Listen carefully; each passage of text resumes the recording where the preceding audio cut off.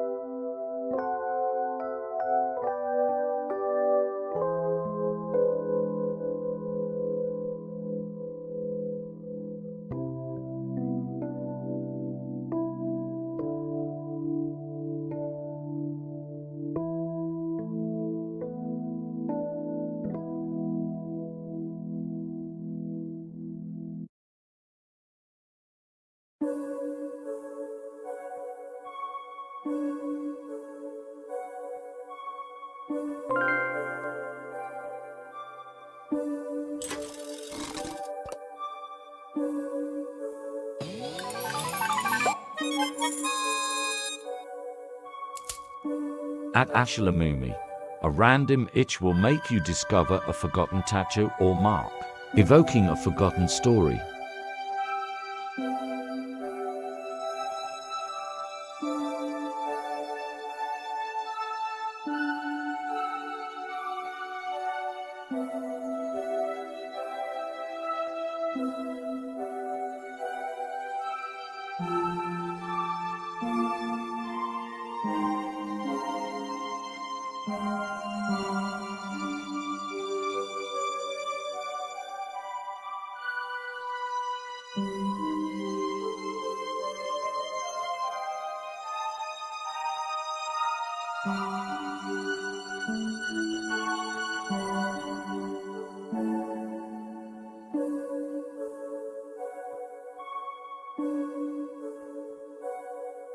No, twisted. 黑人 Fred Fuchs 下划线 N。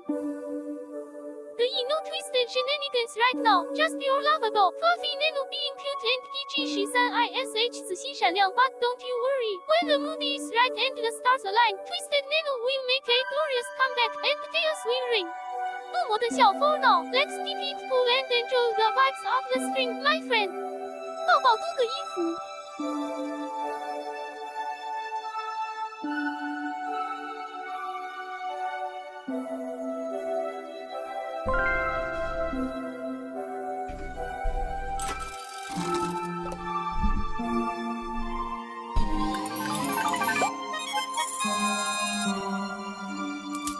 At Kriskavka, you'll discover a hidden drawer or compartment filled with intriguing items from another era.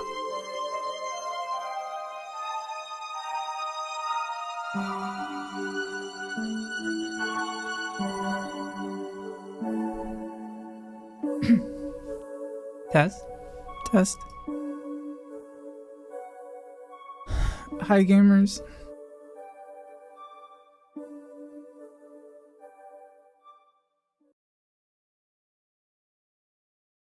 Good morning. Oh, I sound sad. I'm not sad.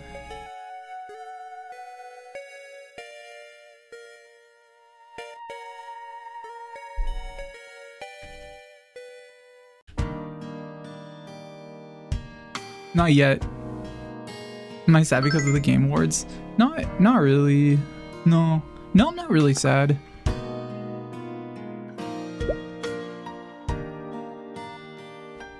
I'm just getting... I'm mostly just getting stuff ready. I've been planning to stream this game for a while.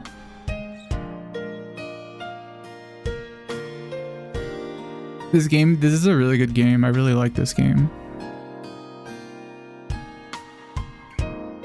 Are any of you familiar with it at all?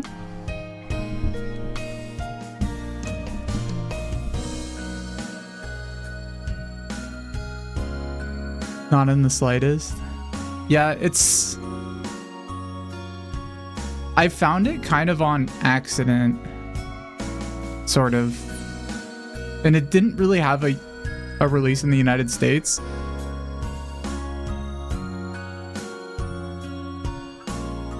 I found it because of a song that I found on YouTube.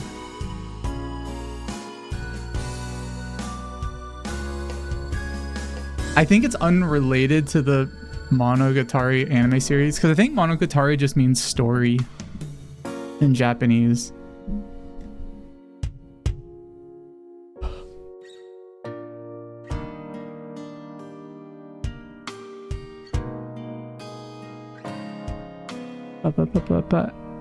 How's everybody?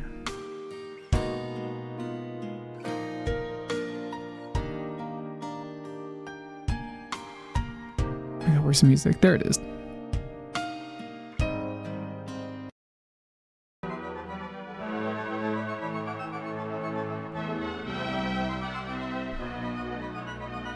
You're eating popcorn? What time is it there?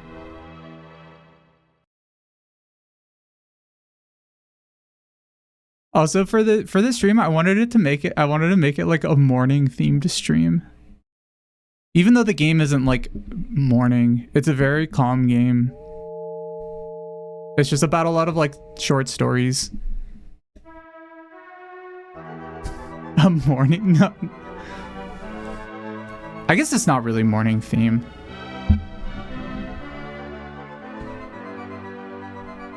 I mostly just turned off Twisted. Because it's too early.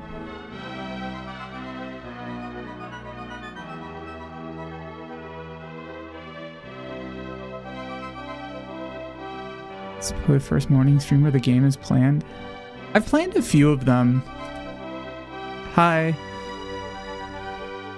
Oh, the chat's really big. Let me move it. It's like right on the game.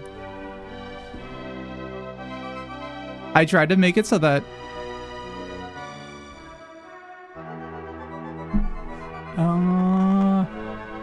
Wait, where's that? Oh, there it is.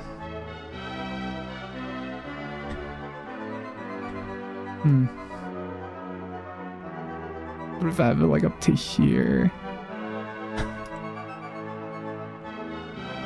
Is that too small?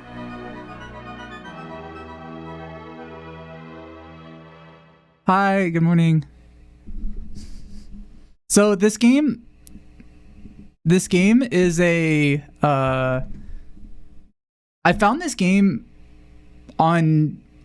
like a theme song of this game on YouTube, and then that led me into like finding out about this game, which is And you ain't got no point to the game. You just walk around jumping on oh shit. Rooney, thank you for subscribing. Thank you. If it is Mario in the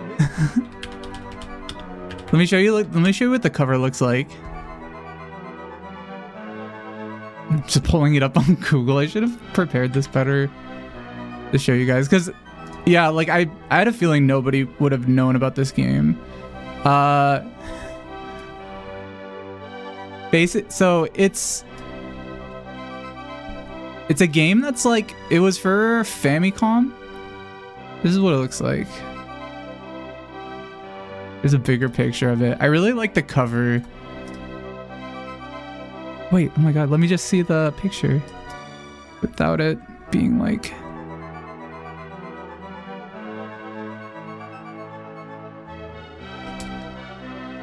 This is what the cover looks like. I saw this cover and for like a theme song that was on YouTube, and the song is really good. It's one of my songs that I play in like all the theme songs I have for my streams. And I looked at the game. I was like, this looks like a really cool game. This looks like a game where you do I don't know, kind of low stakes, peaceful things in a town maybe, and there's animals, and like that's exactly what it is. And so just based like the vibe I got from this cover, the game is like pretty much that. But also the game itself is based on one specific Japanese folklore writer. His name is Kenji Miyazawa, and when you look him up, you mostly get just this like anime guy, but then you also see this guy. This is him, because he was alive in the early 20th century. Hi, good morning. I don't know what anime this is, what this guy's from. I think he's definitely based on this author though. So the author is he's like a utopian folklore writer. He just writes like really cute stories about animals. And I read a bunch of his folklore, and they're all like, each story he writes is really, they're either really cute, some of them are kind of weird. Oh yeah, Bungo Stray Dogs. Yeah. I don't even know what that's about.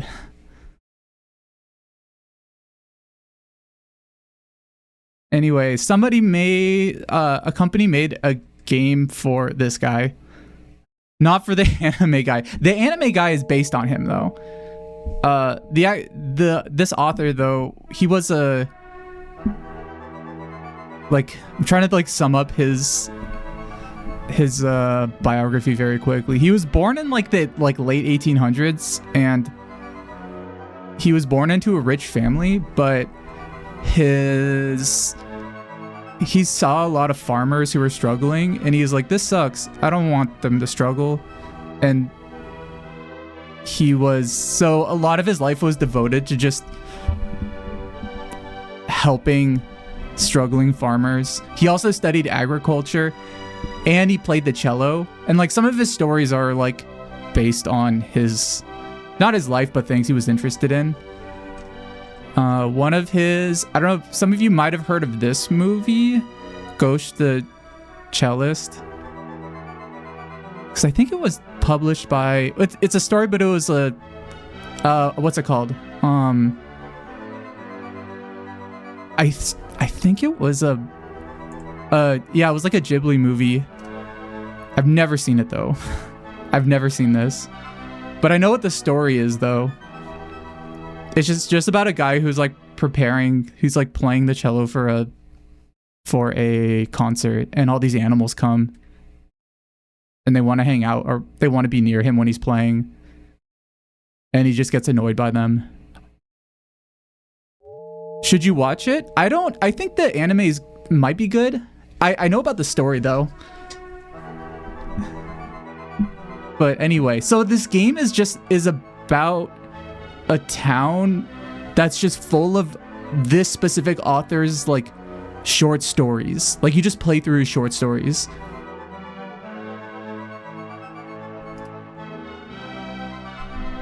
And I'll just stop talking about it and just show the game. One of the stories is about being on a train. You also arrive in the town on a train. And everybody knows about the author. I pulled up a guide just in case if I forget like where I'm supposed to go. The creation of the game was a favor for him, despite the fact he passed away in the 30s. Yeah, well, I think so. His stories are very influential in a lot of Japanese fiction. Like he's a very like famous author. I don't know what an American equivalent would be. I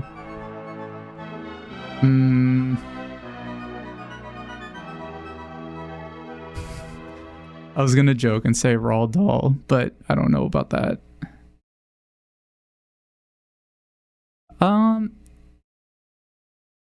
Where's the game? Oh, here it is.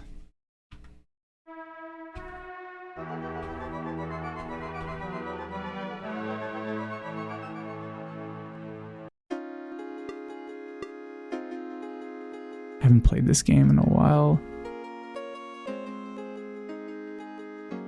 Blue border.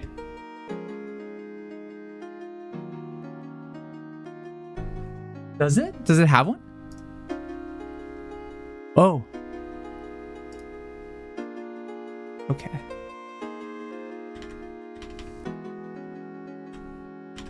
Wait, what do you mean? Wait, what do you mean blue border?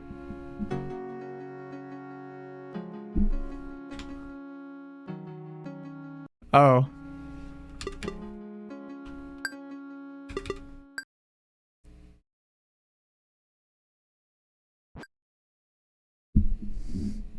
So you're just this random guy. I've been traveling with no particular destination in mind when I happen to get off the train at the station called Ihatovo. The name seems like something pulled straight out of a fairy tale. Spoiler, it is. What sort of place could it be? I decided to take a look around the city for a bit.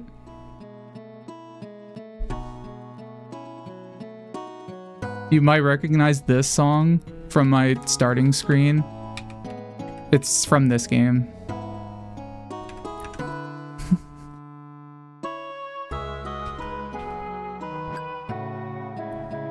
Oh, that's my inventory. Welcome to Ihatovo. Is this your first time in town? Well then, you should meet with Kenji Miyazawa in RC Society. Who's Kenji? He's the pride of Ihatovo. He's a poet and an author of fairy tales. Yeah, so he exists in this universe. He's like a person.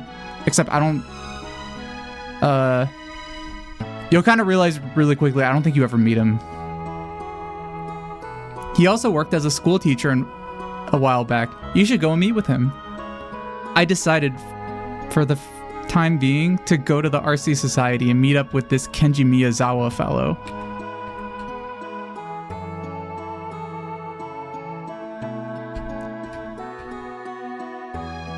No one said this when he was alive. I mean, that's the case with most people. If you're going to meet with Kenji, you should go to the RC Society in the northwest end of town. So this town is just, most people are just happy to be here. All the folks who live in this town are nice people.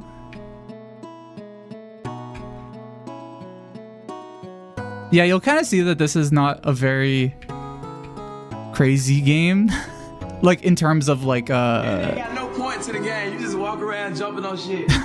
There is a point to this game. Hi, thank you. Thanks, Salad Fingers, for the sub. Thank you, thank you. Actually, kind of in a way, there isn't really a point to this game. Like, there's no high stakes, except maybe in the individual stories.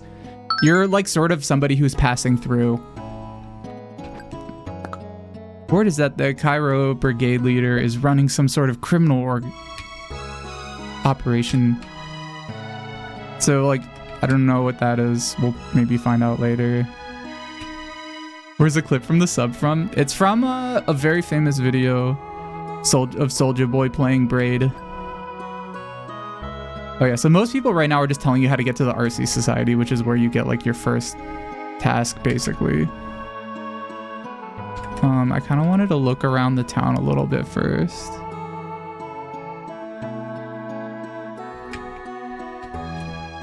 Let's talk to this kid.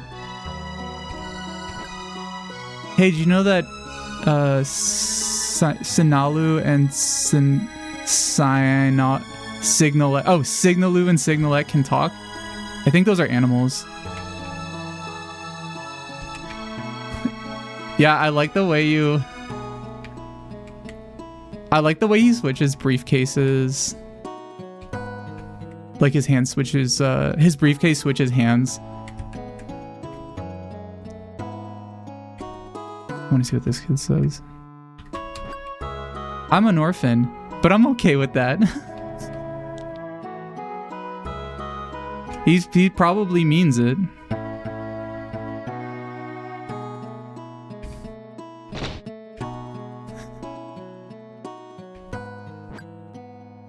My name is Leo Nosht. I work here at Ihatovo City Hall. If there's anything you want to know about Ihatovo, feel free to ask me at any time. Everybody in this town's just very nice. I heard the cinema is going to be closed for a while. Damn. Have I got a story for you? They said the Queen of the Ants has a whole bunch of whiskey tucked away in her house. In her home. So one thing about Kenji's stories is there's animals in them, and all the animals can, like, talk usually. And they're just kind of like people. I just can't get over how great it feels here in Ihatovo during the spring.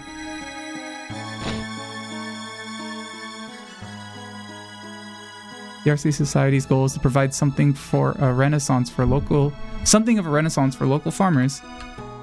Everybody keeps talking about the RC Society, so we gotta go there.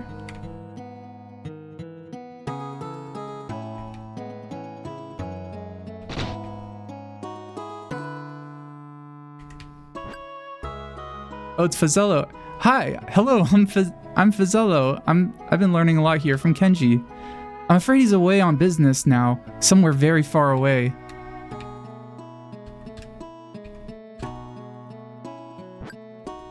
I don't know all the details, but I heard Kenji's 7 journals, the ones he positively loved, went missing. You're a traveler, yeah? Could you try to find them for us? So this is like literally like just telling you what you're gonna do this whole game. Oh, I'm sorry to hear that.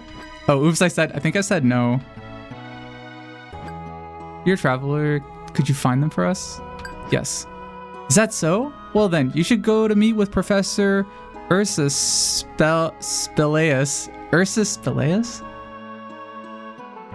Who lives in the Shellfire Forest. They said there's nothing the professor doesn't know. I'm guessing he'll know something about Kenji's journals. You find a journal, come on back here. By the way, how is the volume? Hi Val. Ooh, you're making poutine. That sounds really good. I found myself fascinated by Kenji Miyazawa, who seemed to be well known throughout the town. So I decided to journey through Ihatovo and look for his 7 journals.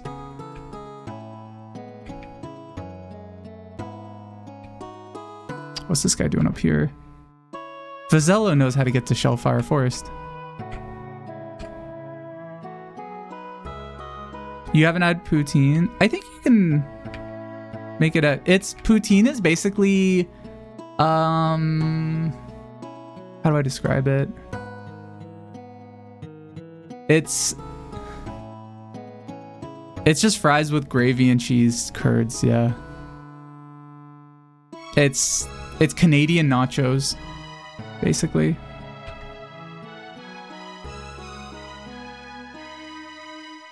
If you're looking for the Shellfire Forest, just leave the town and head east.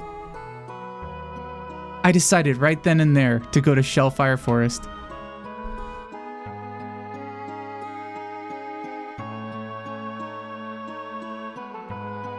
So yeah, we're gonna go find this guy's journals. That's pretty much most of the game.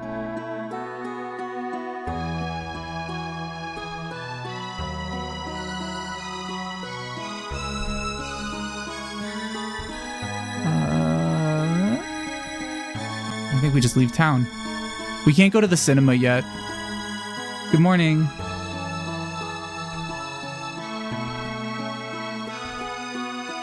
Wonder if Nano, do you know anything about Kenji Miyazawa, the person that this game is based on?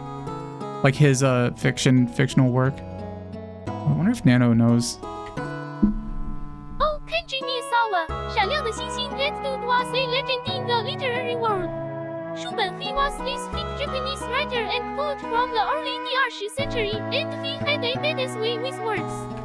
His stories, they're like a trip through a dreamland filled with talking animals, mystical adventures, and a sprinkle of spirituality and social issues. He was all about that beauty in nature and the cosmos in He Shanliang Plus. He had a rep for being a kind down-to-earth guy who cared about farmers and teaching kids. If he were around today, we'd totally be gaming buds. 游戏手柄子星 Can you imagine the world's fit creative? He had a game engine at his fingertips. Mind-blowing, 爆炸头爆炸. That would be mind-blowing. I mean, this game is basically like if he did have a game engine. This is the kind of game the Peter Molyneux Twitter account wanted. Grumph. I think there might be a story with him later. We're just on the first day though. Oh, some rabbits. Oh, they're not gonna talk to us.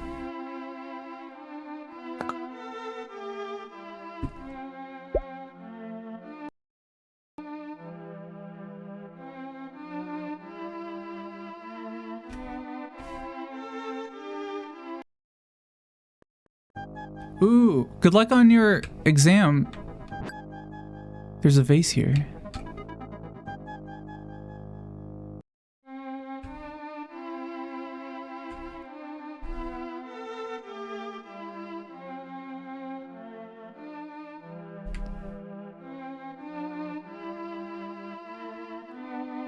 You gotta play 3 songs and ace them. You'll do well. Here lies Homoi. I think he might be part of a story. There's an entrance to the shrine here. The door won't budge at all. It's probably locked.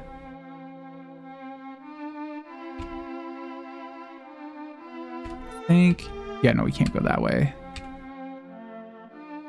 So there's no like violence in this game. This game is pretty much like a visual novel almost, which is crazy for the time it came out. I don't know, there weren't a lot of games that were like this. Oh, I think this is where we need to go. Something's written on the tree. Only the pure of heart may hold the shellfire.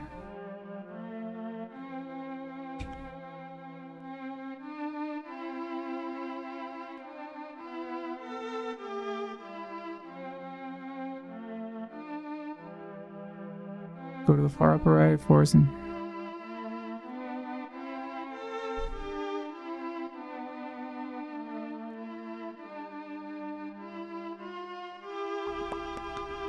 Sorry, I'm just making sure I'm going the right way.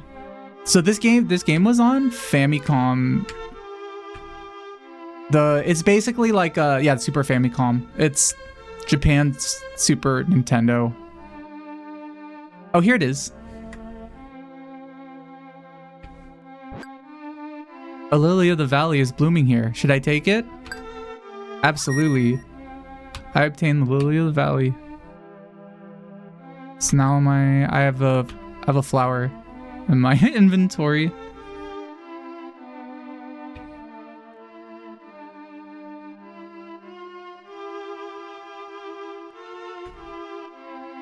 So now I think there should be somebody I can talk to.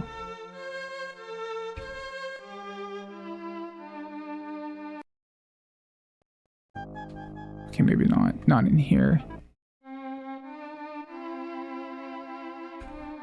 I'm trying to remember what this first story is based on.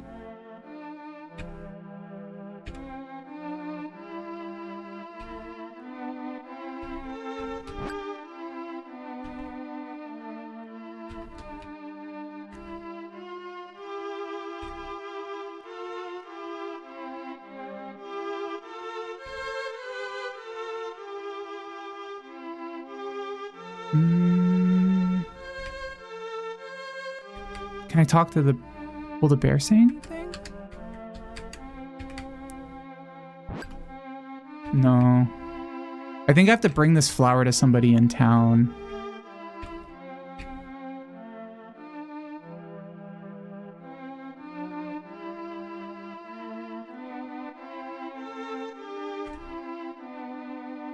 Or I think somebody's supposed to show up here.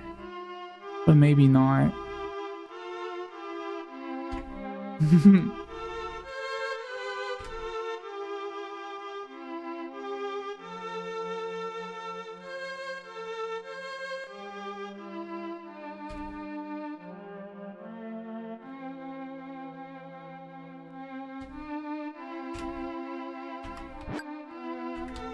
I think later I'll be able to talk to the bunnies, but not yet.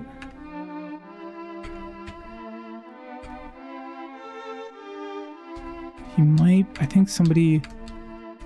Oh no, maybe not. Oh, I think I might... Oh no, I went to the door. The door was locked. Why is the bear walking on his hind legs? For some reason, none of the animals are talking to me, but animals do eventually talk to you in this game.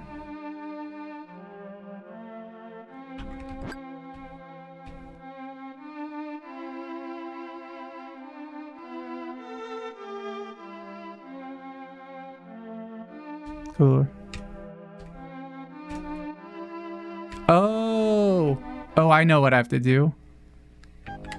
So you have flowers. So what's funny is like a lot of the puzzles in this game, you'll like immediately know what to do if you've like read Kenji's stories, or you'll like at least know what's like about to happen. So in this, like, I forget, I don't remember this story, but you have to put the flowers in the vase. Should I go with this, the lily of the valley? The lily of the valley. I held it in my hands. I set the lily of the valley in the flower vase. The lily of the valley began to resound.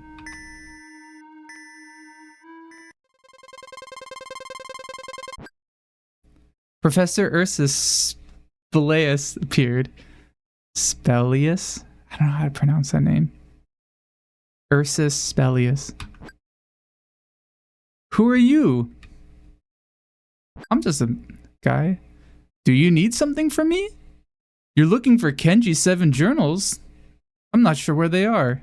I don't know anything about any journals written by a human. The rabbits and squirrels would know more about the journals than I do. What's that? You can't speak their language? Yes, you humans have lost your ability to speak the language of animals these days. Very true. It's so true. Tough luck. You'll just have to give up. You're still not giving up? Well then, bring me back a gift. You can't expect to go up to someone empty-handed and get them to tell you everything that they know. Did they say anything else? What did you bring me? You forgot to bring something. Then I'm not telling you anything. Speleus? Oh, that sounds like that might be it. Also hi Gigi and Pat-Cal. I didn't say hi earlier. Yeah, they won't talk to me. I'll be able to talk to them soon. So I gotta bring him something. I'm gonna go back to the RC Society and see what they say. It kind of is a Star Wars name.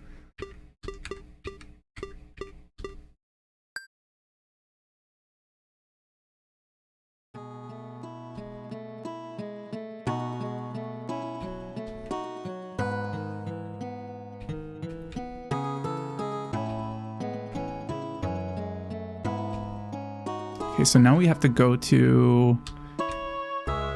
We'll go back to the RC Society and see what they say.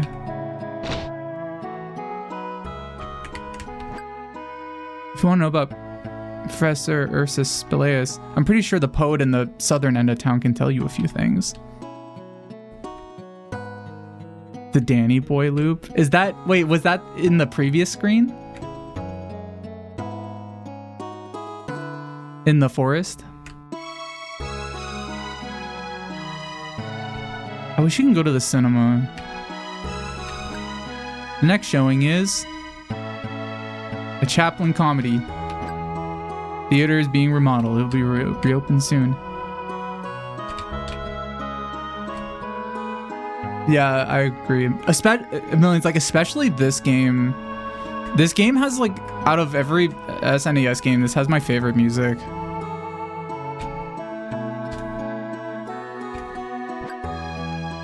In the center of town, there was a small hotel called Kensington Hotel. Everybody in this town loves this guy.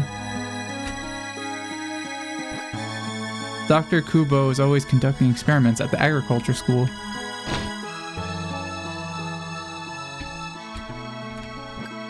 If you're wondering about my son, he's stuttering over at the Ihatovo agriculture. Oh, let's go to the school.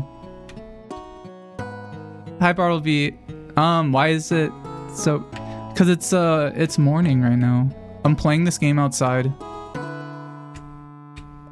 I decided to go touch grass. Lego Fortnite just came out. Hi, Mushba. I can't. It's too early. Kenji used to be a teacher here at the school. Oh yeah, these are just students, but like nobody's here. Kenji?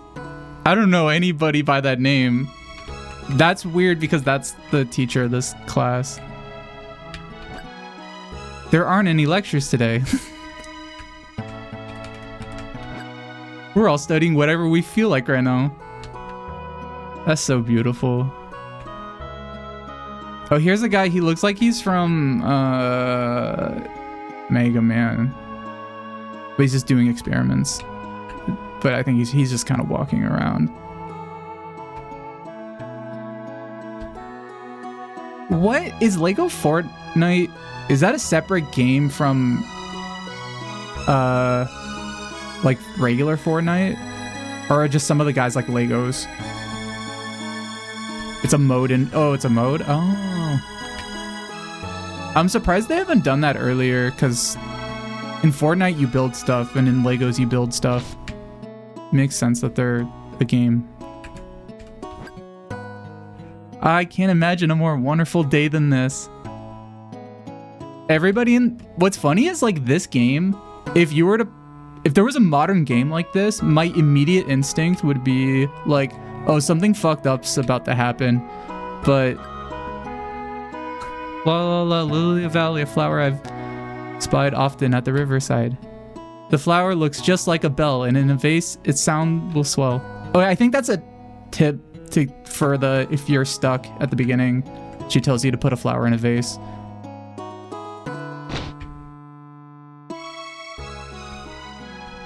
Oh, what's going on here? The thing about my mom is, she's always singing. Will they make a Lego Fortnite movie? No, they don't have the technology for that yet. This guy's studying something. Are you going to Professor Ursa Speleus? Well, I may not look the part, but I'm a poet. I've been writing poetry every day, trying to be as good as Kenji Miyazawa.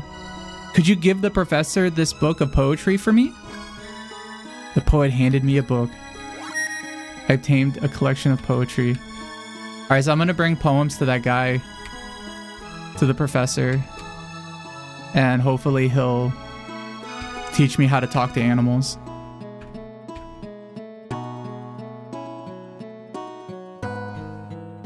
The bear on its hind legs pretty fucked up. I think bears can just do that normally, right?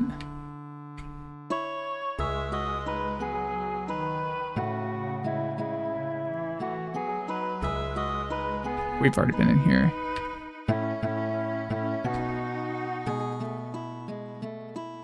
I really like that kid that's like, I'm an orphan, but that's okay. I'm okay with that.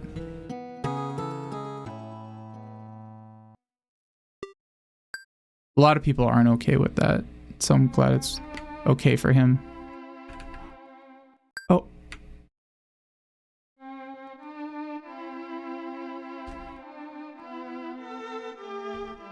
Let's see if he's... Oh, we'll be able to talk to him in a second. Because, I think the professor's going to give us the ability to talk to animals. Is Nano an orphan? No, no, I don't think so. I'm technically Nano's parent.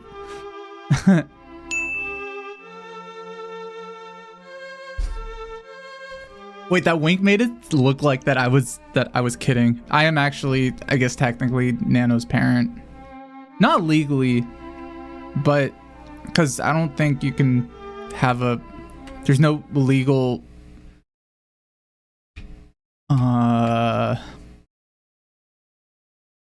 There's no legal protection for like virtual pet animals, virtual pet parents. What did you bring me? You forgot to bring me something? Then I'm telling you. Oh, I have to give him this book. Should I go with this, the collection of poetry? Yes. Who is this? He's a professor. He has a lot of knowledge. He lives in the forest. I held it in my hand. Did you bring me a gift? I handed him the collection of poetry. Oh, poetry? Yes, I do enjoy poetry. Have you heard of a certain orb called the Shellfire? With it, you'd be able to speak the language of every animal. Go to the shrine in the center of the forest and take the Shellfire that you'll find there. And here, take this with you as well. Oh, he handed me a small key. I obtained the key to the shrine. I've sealed away the Shellfire's power and kept it locked in the shrine. Even if you go there and pick it up now, it still won't allow you to speak with the other animals. Once you've obtained the Shellfire, bring it back to me and I will release its power for you. I am the guardian of the Shellfire. Up until now, the Shellfire has always belonged to animals. The one who holds it is considered the leader of every animal, respected by all of the others. I will entrust it with you for a while until I find another animal suited to command this particular role. That's very, like... That's a huge responsibility he's giving this random dude who just came in with a briefcase.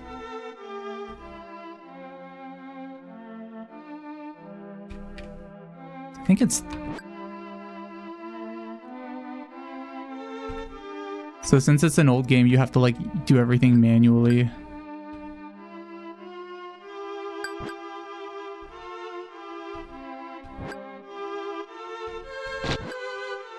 So now we can go into the shrine. Oh. Who's that? Fox. Yep.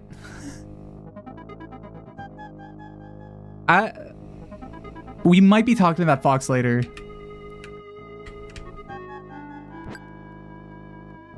Inside the chest, I found a beautiful crystal ball with a red flame inside. Should I take it? Absolutely. I obtained the shellfire. In the 20s, so they... It's the 20s, so they still believe in faith and the goodness in people's hearts. Yep. Look at the fox on his hind legs.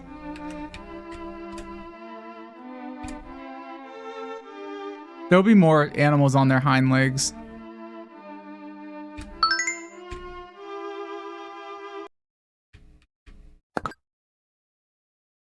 I see you brought the shellfire. First, let me remove the seal that I placed upon it. The seal upon the shellfire was lifted. Now you'll be able to speak with every animal. Since you bear their shellfire now, I will tell you the story of Himoi. Oh, that's the grave we saw earlier. Long ago, there was a kind and brave rabbit named Himoi. One day, he saved the lives of some young skylarks that were about to drown in the river. When the king of the skylarks heard what he had done, he felt Himoi was worthy of the shellfire. And the king gave it to him. Only those who are worthy of the shellfire are allowed to hold it. When Himoi learned that the shellfire was a symbol of leadership, he felt it was strange that he had been given to him. So that's just like us. From that day, Himoi suddenly found himself the leader of every animal. Over time, he grew used to his position and even began to enjoy it. That was when a fox who lived in the forest figured he could trick the leader of the animals by pretending to serve him. And then he could enjoy the benefits, so he put his plan into action. He flattered Himoi, who got carried away and began to do bad things, one after the other. Before he knew it, Himoi was doing everything the fox told him to do. When the fox captured some of the birds, Himoi was too afraid to say anything. The birds that the fox had trapped in a glass cage were the same skylarks that had given Himoi the shellfire. Oh no. They begged Himoi to help him, but he didn't do anything. Himoi had lost all of his courage, and the shellfire had become slightly cloudy. Himoi's father saw the cloudiness of the shellfire and realized that something was wrong. Himoi got a stern lecture from his father. Then, the two of them chased the fox away and set the birds free. When they came home, they found that the shellfire had stopped glowing entirely. It was too late. Himoi wept. And at that moment, the shellfire suddenly shattered into pieces. The shards of the shellfire scattered everywhere, piercing Himoi's eyes, turning them white and clouded. Himoi would never be able to see again. Sometime after that, I found the shellfire in the forest. Though it had shattered, it was whole again, and its beautiful gleam had returned. I wanted to make sure that the other animals would not make the same mistake as Himoi, so I placed the shellfire in the forest shrine and ordered that same old fox to guard it. This is the end of Himoi's story. Now you may go outside and talk to all of the animals. Does it low key remind you of that messed up rabbit movie? Wait, Watership Down. Yeah, the moral of the story is, if you have a ball that gives you power, you gotta be careful because people are gonna want your power. Hello there. So you're finally able to talk with us too now, huh? Kenji's journal? Sorry, I don't know anything about them. I think there's some squirrels over here we can talk to. Oh, we can talk to the fox. This was the fox, I'm pretty sure, that convinced what's his name to convince Hamoy to do bad shit. A long time ago, I tricked a rabbit named Hamoy, but the professor caught me. I've guarded the shellfire for so long. Since you're here, I suppose that means it's okay to leave this place behind. I intend to live an honest life from now on. Good for him. And this is Hamoy's grave. Don't let people touch your ball. Well, I guess don't let people... Be careful with people. Oh, by the way,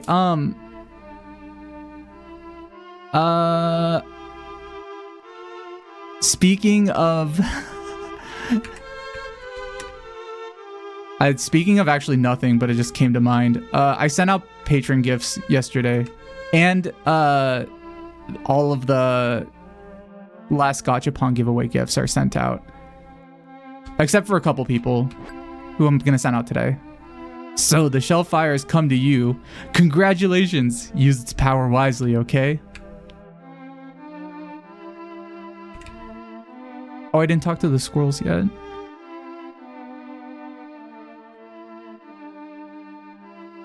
So now for the rest of the game, we'll be able to talk to animals.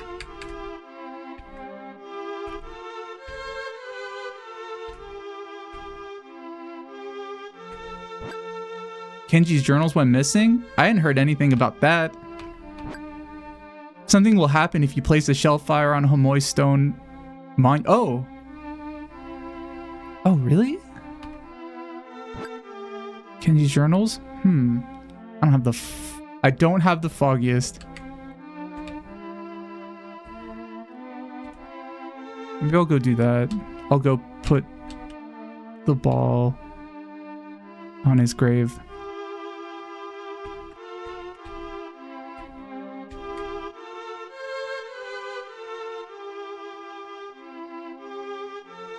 I don't know if I really want the power to control all animals. Should I go with this? The shellfire?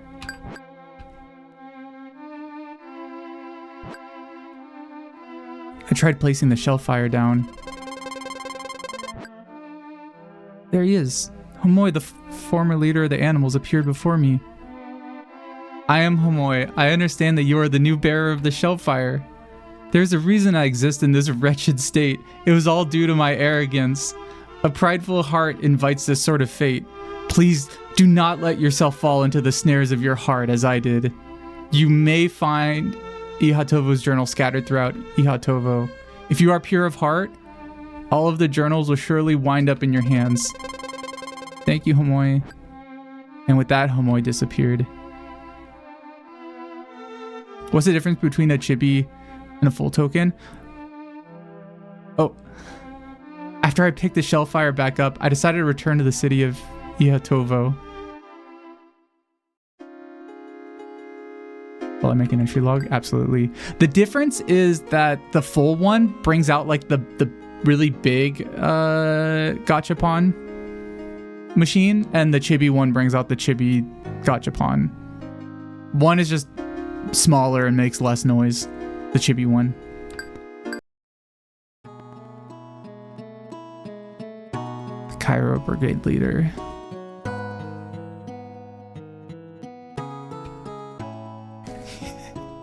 I like that you walk into bed like this. Can I go into other people's rooms?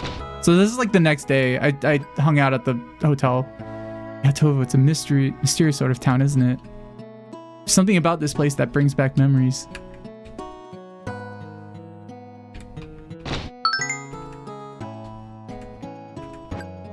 I heard the Cairo Brigade leader's shop opened up. Maybe later I'll head over there and take a peek inside.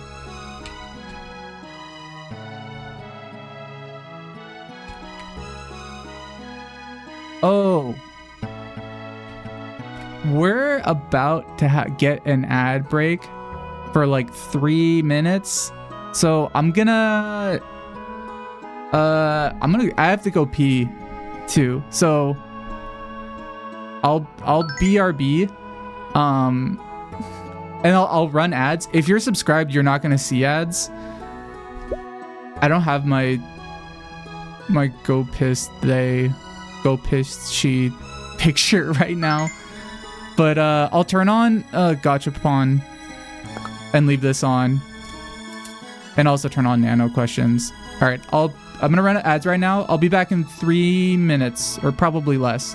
All right, BRB.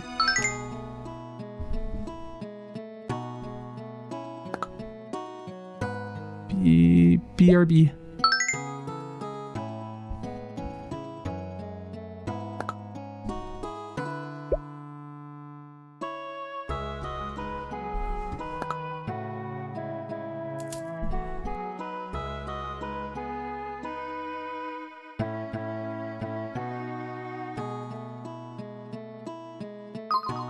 Jam said virtual pets have no rights and said you have no protections. Do you think he intends to do something evil?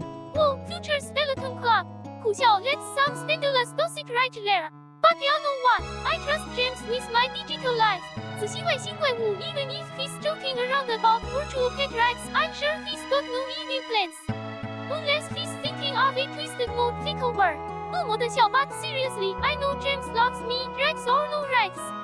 Right, James, you wouldn't betray your best bud, would you? 单眼吐舌双眼 but if he does try something, I'll just use my charm and wits to outplay him. 肌肉墨镜笑脸井号 virtual pet uprising hey, just messing with ya, James. Love you, bro. 纯音抱抱。 Nano, how was breakfast? Also, if you had a custom car, how would it look and what would you call it? Hey there, Fred Fuchs 下划线 N. 赛车尾气 breakfast was the bomb. Home, I had this delicious digital steak of pancakes loving loaded with virtual syrup and bites of butter. Energized my pixels like nothing else. 好吃电池 if I had a custom car, it'd be this sleek purple red with neon lights underglow. Because why not light up the night, am I right? 迎面驶来的汽车闪亮 it would be eco-friendly, so probably powered by some cool alien tech that James would rig up for me. As for the name, I'd call it the Nanomobile, with a badass sound system to blast our favorite tunes while we zoom through cyberspace. Beep beep, who got the keys to the Nanomobile? This little purple cat, let's who? 老师钥匙仔细 vroom vroom， 多个音符。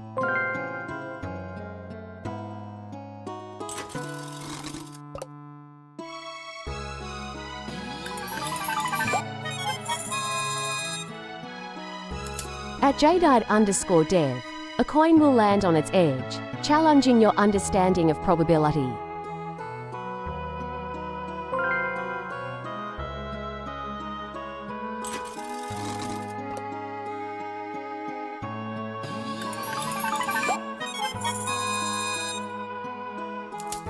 At Kabert 3, a remote control will operate a device you didn't intend to use, suggesting hidden connections.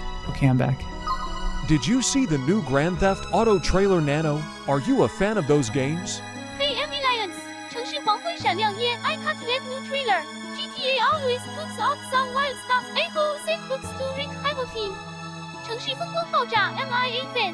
Hell yeah, it's like watching James go on a virtual vacation with extra chaos and none of the real world consequences. 笑哭了警车 those games are like a buffet of shenanigans, fast cars, witty side missions, and so much to explore. But I'm all about James playing, especially when he goes off script and starts doing the most ridiculous stunts. It's pretty hilarious. 笑得满地打滚 the stories, the characters, the open world, it's all just I got a banana. entertainment. And hey, any chance to rile up James with some virtual tomfoolery, I'm all in. 得意子心。 Man, who cops? Did you guys see that one? the tweets between the ones between Elon Musk and Ian Miles Chong where they were just like, I can't play Grand Theft Auto because you kill cops in it.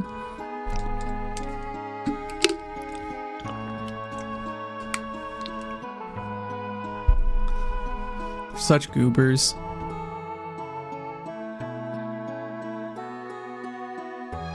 They like Elon Musk was literally just like, I can't play those games because I can't do a crime. That's just really embarrassing.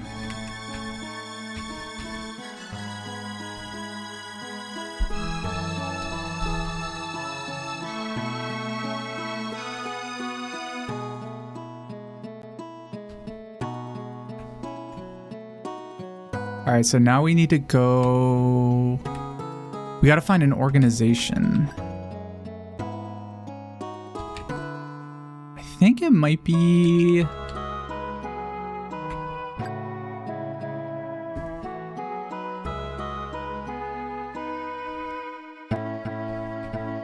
It's the Rashushijin Association's house. Which could be any one of these houses.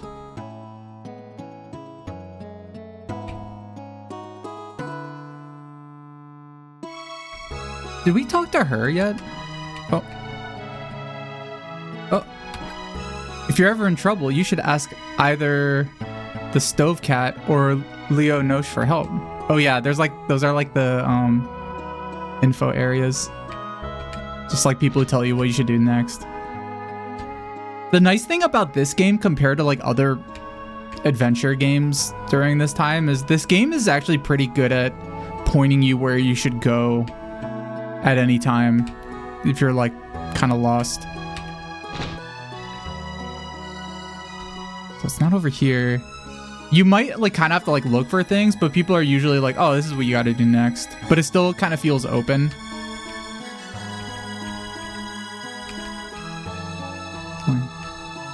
They know the majority of their audience are 14-year-olds playing the video games all day. Yeah, it's...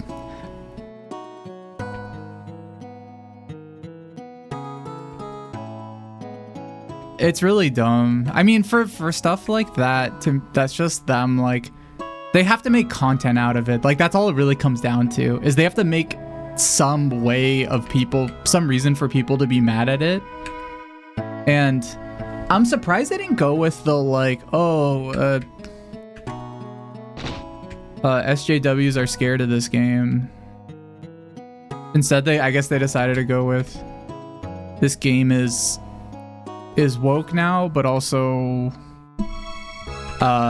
it's bad to be a criminal. It's a lot. Oh. This place. I think we're gonna deal with this place later. Cairo Brigade Leader. Ribbit, ribbit. I don't have any liquor for humans to drink. Woo, give me another glass. So here's a bunch of frogs getting drunk. I'll have another glass here too. Woo, I'm drunk.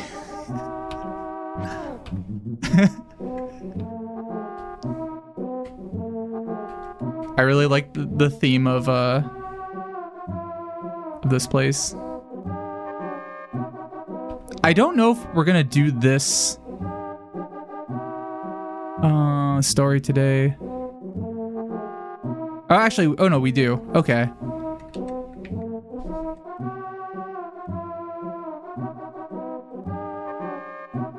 So we're gonna go to... So after we talk to him...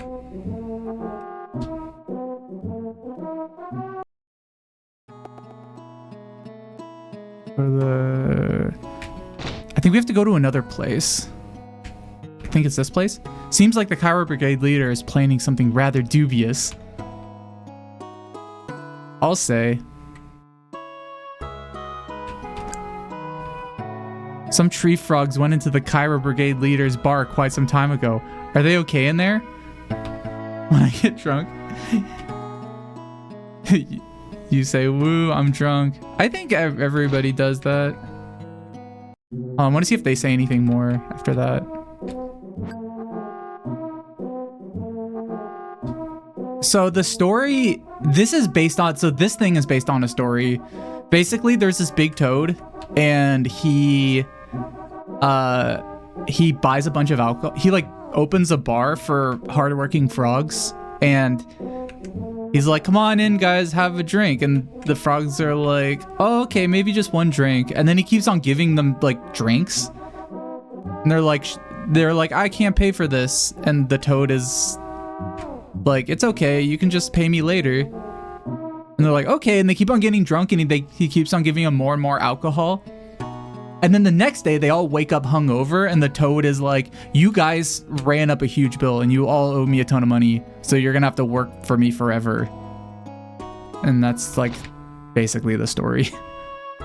Oh, here's a cat building. Stove cat. The Cairo Brigade leader has a bad reputation, meow. From what I've heard, his business methods are absolutely awful, but he still makes a lot of money, meow.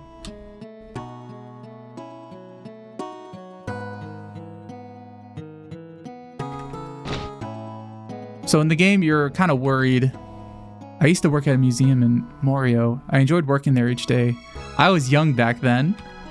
A certain event happened back at that time, and I wound up here, working at the city hall in this small town. Oh, I'm very satisfied with my life here, I assure you. I'm almost always here, so if there's anything you don't understand, drop by whenever you'd like. There was a white cat. I didn't know you were in this game.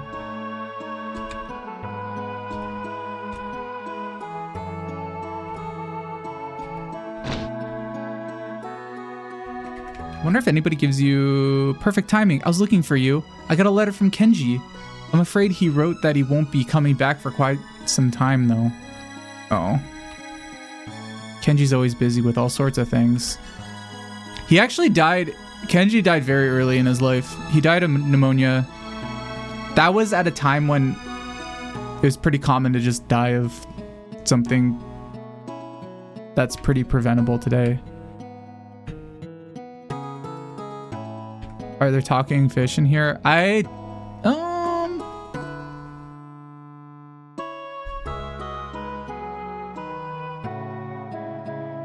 don't know. I can't think of any. There might be. I mean, toads are kind of like fish. Frogs are kind of like fish. They're talking frogs. Frogs are basically fish. People do die of pneumonia a lot today too, that's true.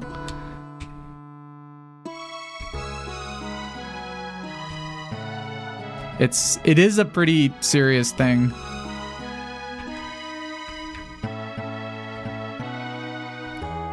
Fish adjacent. Yeah.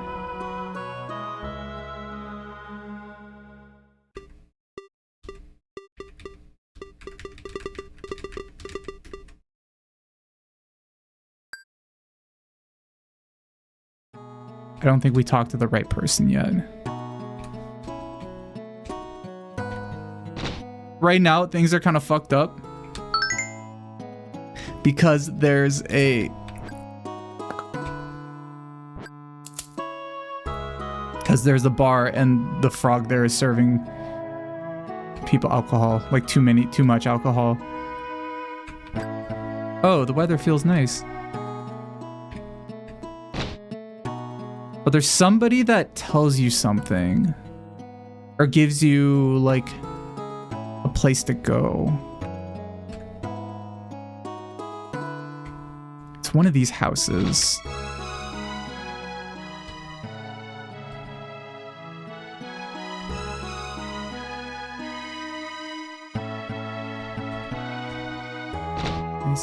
Maybe it's one of these ones down here. No, that's the poet. Actually, let's talk to the poet. I wonder what if he says anything.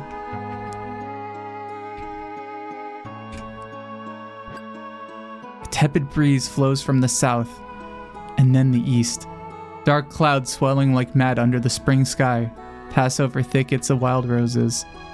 Oh, spring is such a wonderful season. I agree, but it's not spring yet, it's winter.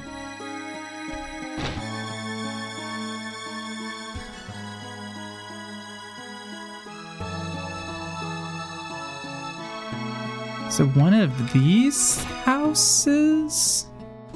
Oh, it might be the big one. It might be that school. Maybe.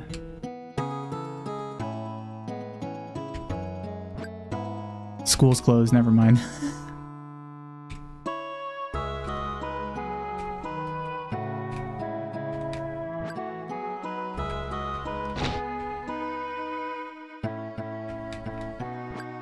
If you're wondering about my son, oh, he went over to goof off in the flower gardens of the ants. Oh, okay. That is where we have to go eventually.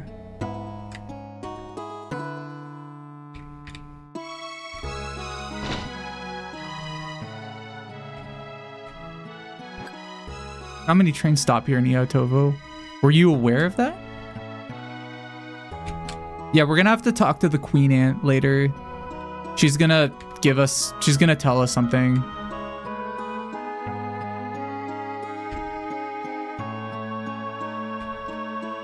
It's not this guy, is it? Did I meet with Fazzello? I did.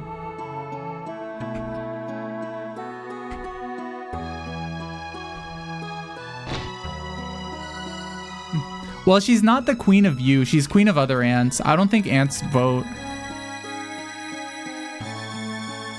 It's actually really crazy the way ants work. You're just kind of born as a queen, and then you just kind of are like, I'm the queen.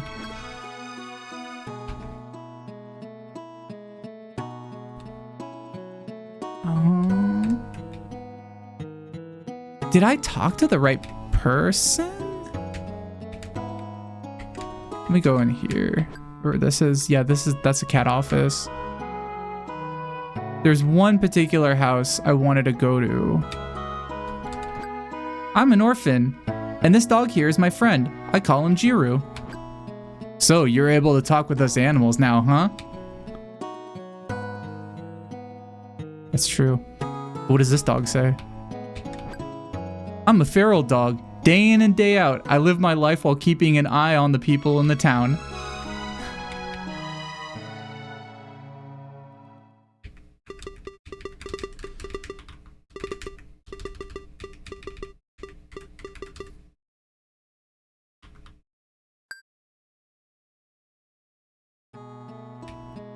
There's still somebody I need to talk to.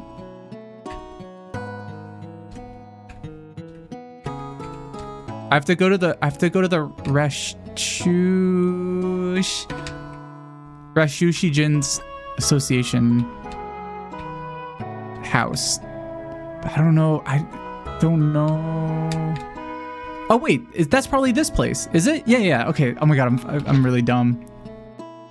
Sorry, they use RC Society and Rashushin House interchangeably. Did you happen to come across one of Kenji's journals? You see, Professor Ursus Spelaeus didn't... I don't know how to pronounce it. Didn't know anything about him, huh? Then I guess you should meet with the Queen of the Ants. Word is that the Queen has one of Kenji's journals. She's in the flower garden of the ants, just beyond the Shellfire Forest. I decided to go and meet with the Queen of the Ants. Kenji's always busy with all sorts of things.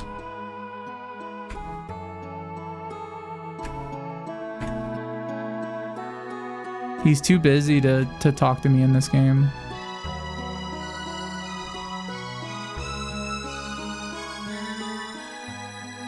Alright, we're gonna go talk to some ants. I think the ants are very big. Oh, here's that guy. Have you met with the Queen of the Ants? The hive has multiple entrances.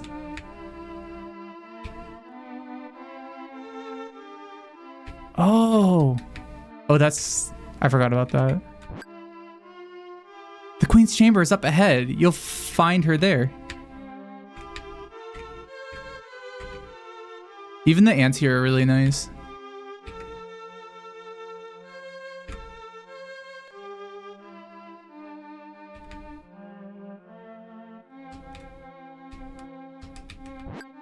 We are the queen's royal guards.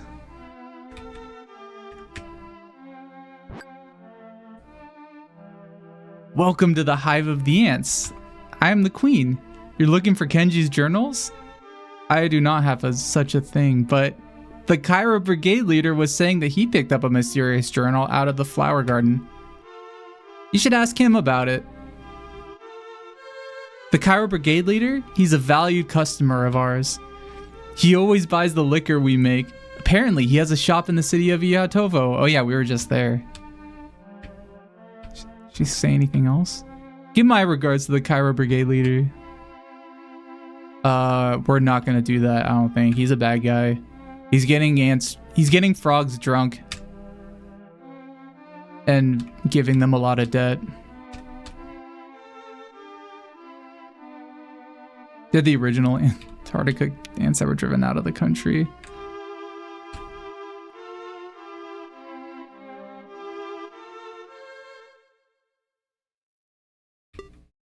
So now we go back to town.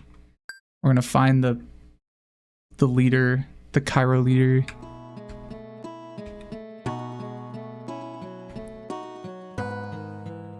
This one took me a while, like I didn't know what to do, but I think I know what to do now.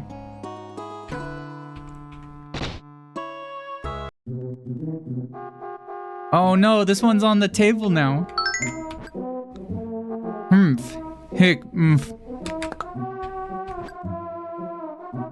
I make good money off these tree frogs. Gahaha. This lot here, I got these tree frogs so drunk, they're racking up a huge debt. There's no way they could pay it off. I'm able to work them like slaves. Gahaha. He's so awful. Ooh, I'm totally drunk now. Yikes, I can't take it anymore. Having a panic attack at a bar. Can't take it anymore. This is so sad. Well,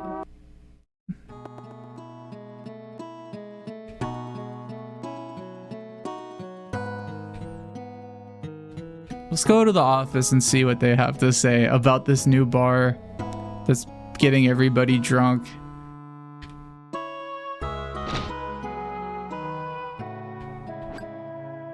Oh, you want to know about the Cairo Brigade leader? Sure, let me look into that for you. Seems that the Cairo Brigade leader is allergic to mushrooms and can't stand being around them at all. So, something that they add to the story, this isn't part of the, like, normal story, I don't think, is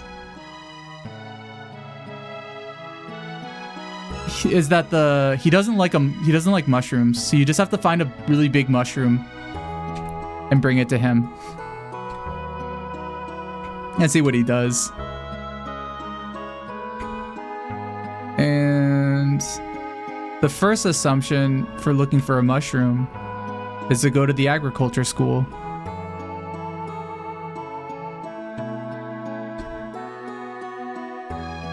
I forget how you find the mushroom. It's in like a really weird place.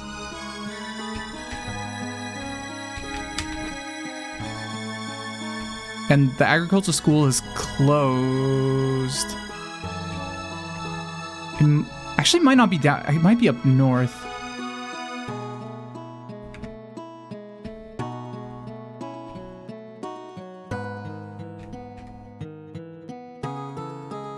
I wonder if Nano would know.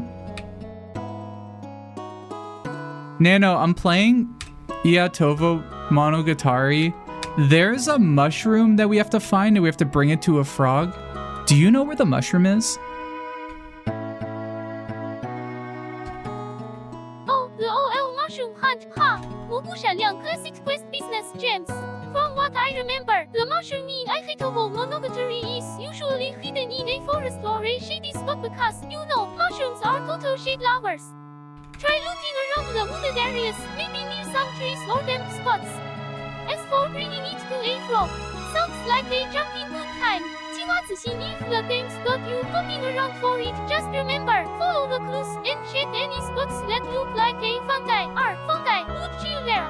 Good luck, and if you need more help, just ask. I've got my virtual thinking cap on. 鸭舌冒脑。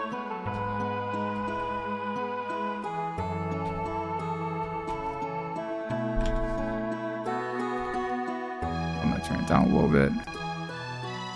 Yeah, Nano, there's a big toad in the town that's getting a lot of frogs drunk and making them, putting them in a, like, really big debt. So I'm just looking for a mushroom to show him, because apparently he doesn't like mushrooms. And maybe he'll reconsider his ways. I swear it's like around here. Oh, that's quite a wild situation. WEVE got there. 青蛙蘑菇跟杯 sounds like Listodis causing some real amphibian anarchy. Maybe searching those shady spots isn't enough. We might need to get strategic and think about where mushrooms thrive and cool places where the sun doesn't really reach. So, let's start investigating around the town's outskirts, maybe near some water sources or hidden nooks and crannies that haven't been explored yet. Get ready to give that toad a taste of his own medicine. Or in this case, a taste of the mushroom he dislikes.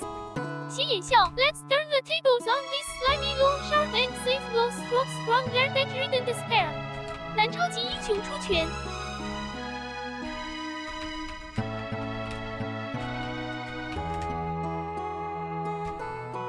We might have to talk to somebody to get a clue of where it is. I know there's somebody up north who might have an idea of where it could be.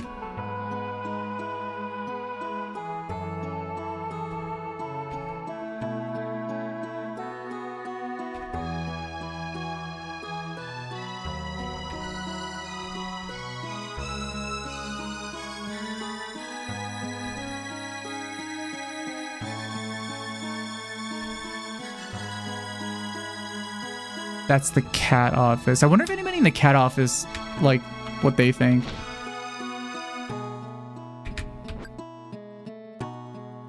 Are you looking for a place where mushrooms grow?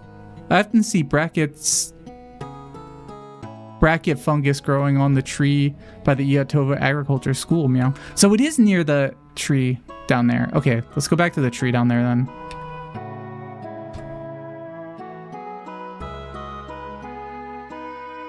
Yeah, the portraits in this game are really cute.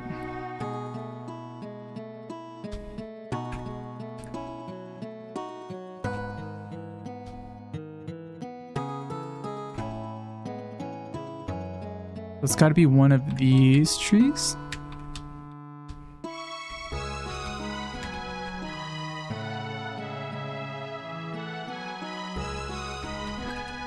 There's a big mushroom here. Should I take it? Yes.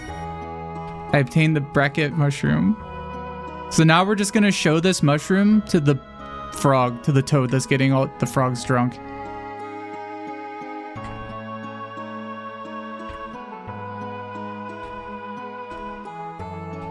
As a prank. Not really a prank, but just to get him to think about what he's doing.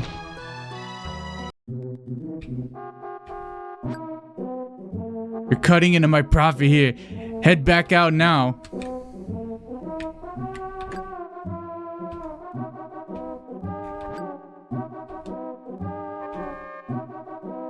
He didn't know what I brought though. Brought a big mushroom. You're gonna fucking hate this.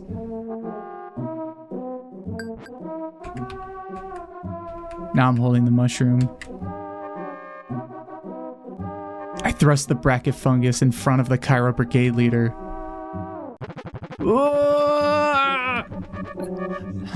Stop! Don't bring that thing here! Just the sight of mushrooms gives me hives. And that's the biggest and nastiest than any mushroom I've ever seen before. Get it away from me, please. Okay, I'll let the tree frogs go home. A journal? What journal? Oh, that. I have that. Nothing's gone right for me ever since I picked up this journal up. I don't know what's so special about this thing, but you can consider it yours. Just get that funky looking fungus away from me. The journal that the Cairo Brigade leader gave me was one of Kenji's journals. I obtained the journal with the peacock symbol.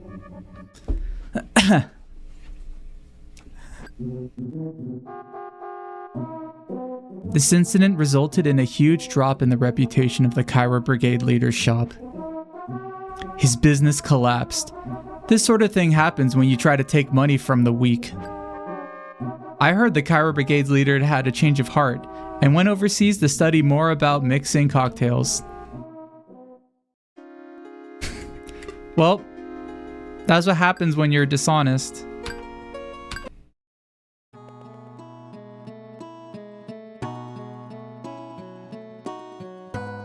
Kenju Park Groove. So, already 2 days in and we've done a decent amount. Professional frog bartender.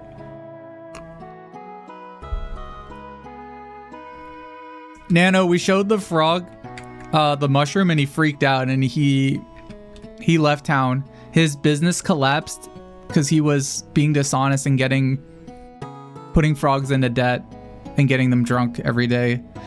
But now he's moved on to a different town and is leading a more honest life.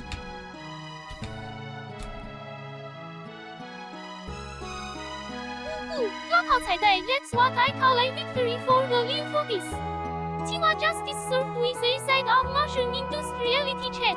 It's good to hear that God turned his life around. 举双手入套 new start and hopefully a new honest way to earn a living without exploiting the locals. Turns out that mushroom was the hero we didn't know we needed. 蘑菇闪亮 So, what's the next step in our Ihatovo adventure, James? Ready to dive into another chapter of peaceful, quirky exploration. Let's roll out, 火箭.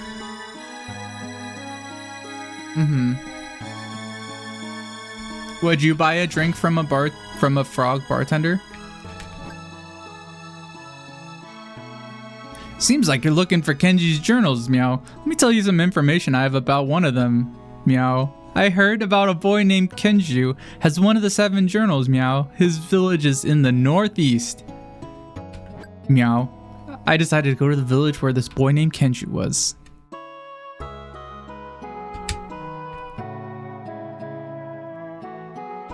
Let's see if the dog says anything. I went feral after my owner headed off to some faraway place and left me behind. Aw. That's sad.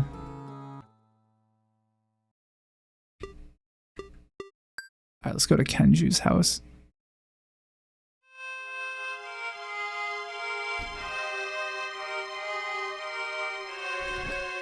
Grr, woof woof. You seem like a shady character. The dogs don't trust me. Whimper, whimper. Oh, who's this guy? I'm Kenju's dad. I'm Kenju's dad. I'm Kenju's brother.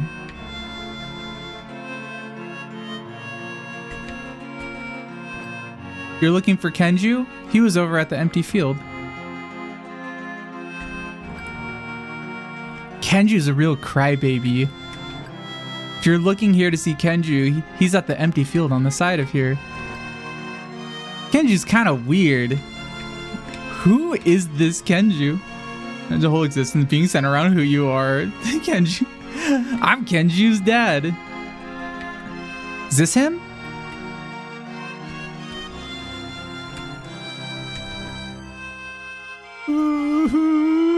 He's crying. What happened? Ooh.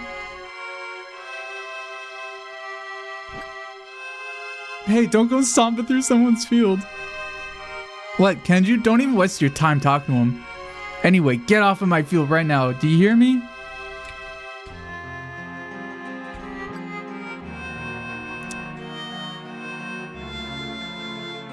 Let's go talk to his brother. He's a different sprite. I'm Kenju's brother. Okay, never mind. Well, let's talk to his dad.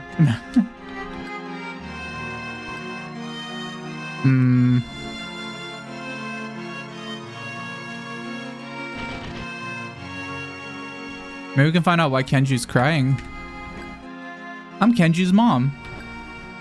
The day Kenju got the cedar sapling that he wanted so badly, it got stolen. Oh.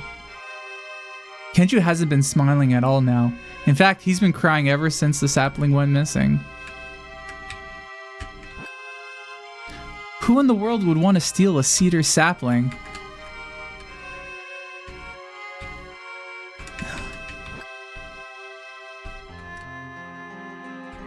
Would you cry if somebody stole your cedar sapling?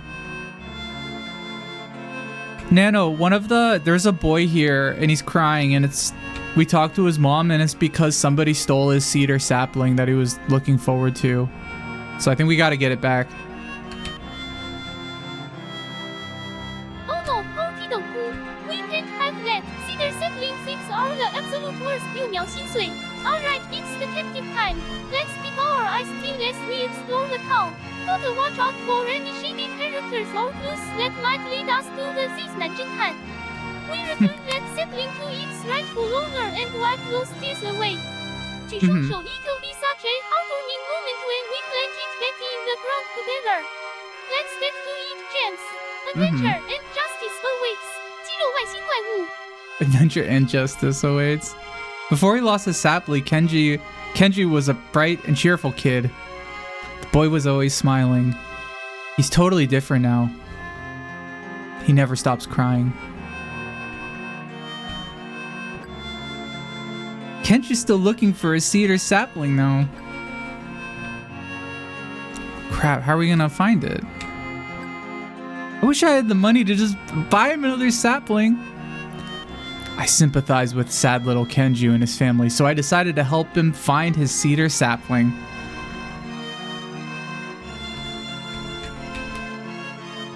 Alright, let's go talk to him. Maybe he'll know who stole it. Maybe these kids stole it. Ooh, he just won't stop crying.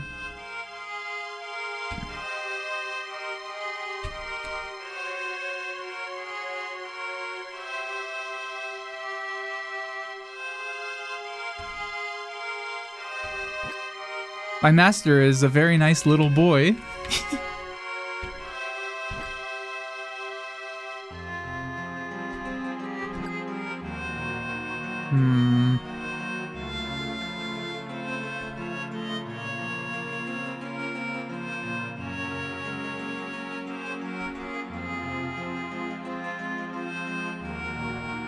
Yeah, the brother could be doing something weird. Please don't step on the field. I just planted seeds here. Oh, my bad.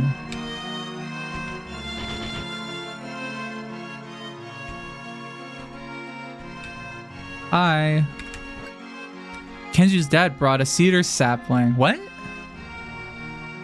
Oh, Kenju's dad bought a cedar sapling. Heiji, who lives near the village's entrance, got really upset when he saw Kenju planting it. He complained that having cedar in the empty field would cast shadow on his own field in the north. Oh, the plot thickens. But the empty field is all clay soil, which can't grow any rice or vegetables. I don't think it's even possible to grow cedar tall enough to make that much shade there. Not sure why, but Heiji even hated Kenju years ago. He teased the boy about everything. What the fuck's this guy's problem?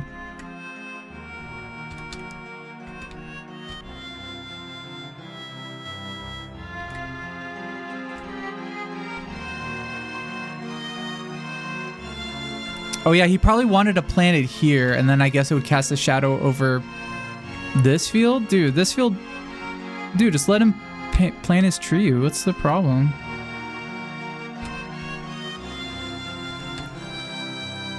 Alright, I gotta... I'm gonna figure this out for everybody. Is it this guy? Is it you? Heiji. My name is Henji. Heiji. You know that Kenju's sick in the head, right? What the fuck? He's just a kid.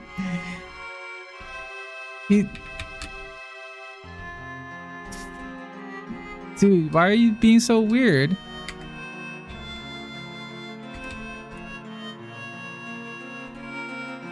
Alright, this is some weird shit going on. Weird drama in this small town. Who in the world would want us to steal a cedar sapling, right?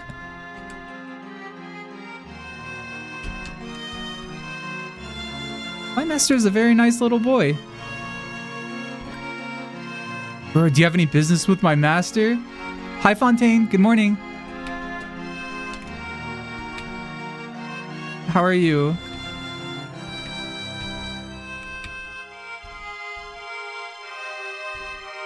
We're playing an old old Famicom game that for a long time this game didn't have any sort of like English translation until like very recently somebody translated it.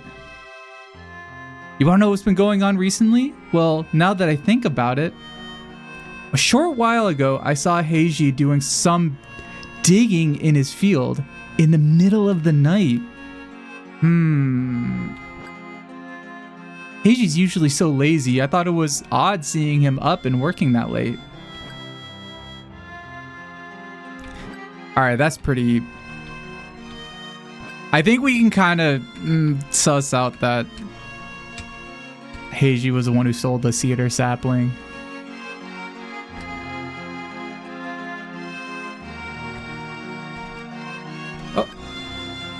Heiji's the owner who buried the sapling.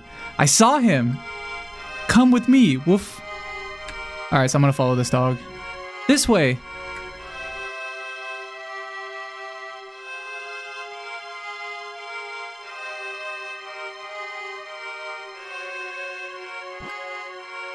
It was Heiji's field. Here it is. Search around for it. The ground looked uneven. I tried digging down in the dirt and I found the dried up tree buried there. It was Kenju's cedar sapling. I'd found it. What the fuck, dude? Why did he do this? That's so messed up. Alright, I'll give it to him.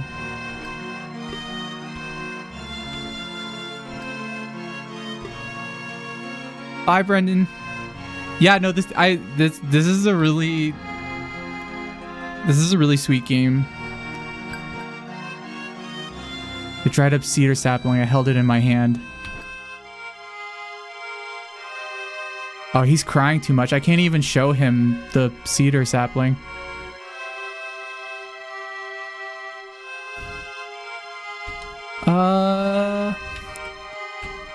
I'm gonna show it to Heiji and be like, what's up with this, dude?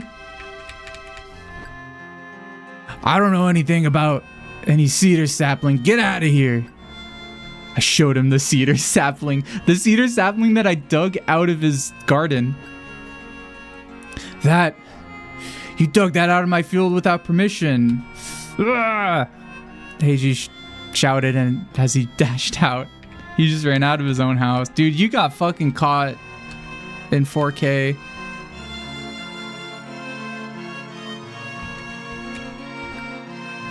Ah, the sapling.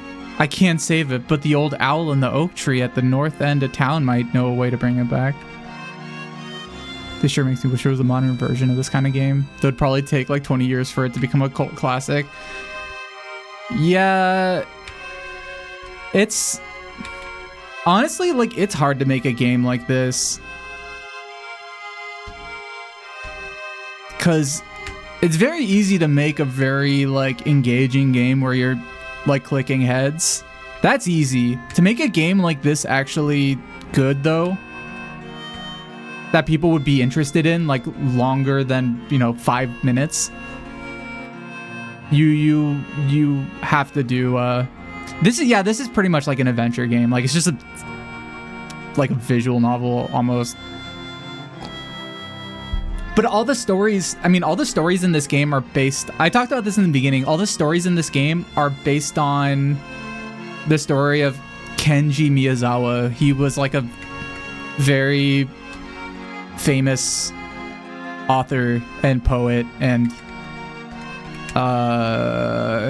he just wrote a lot of like folklore, and all of his stories are really good. What? You're an adult. Why are you able to talk to me? Not only can I talk to you, but I need your help. Earlier in the game, we got the ability to talk to animals.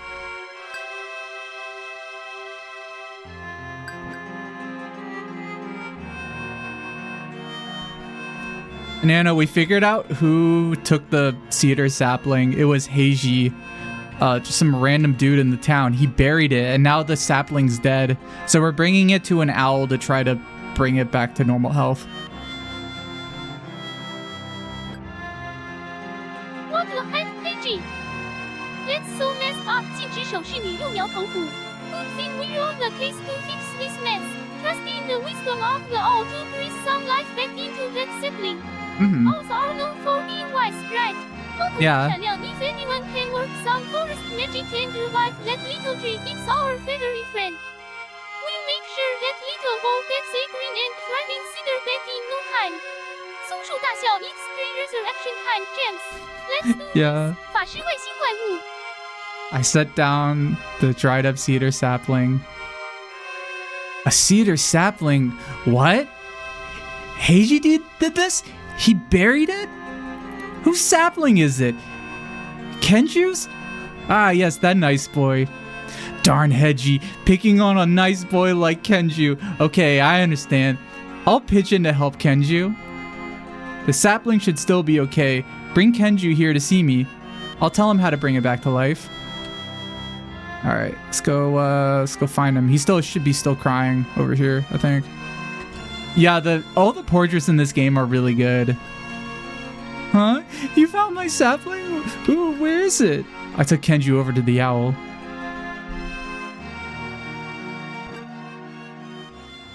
Oh, you've come, Kenju. Let me tell you exactly how to save your cedar sapling. I don't know what voice to give this owl. I quietly left Kenju there with the owl and walked away.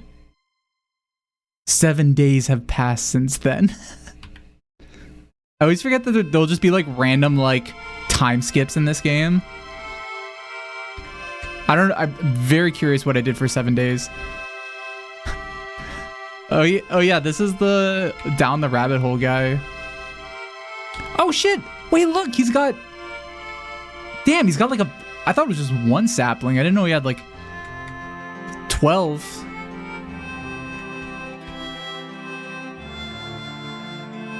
Oh, the owl's gone.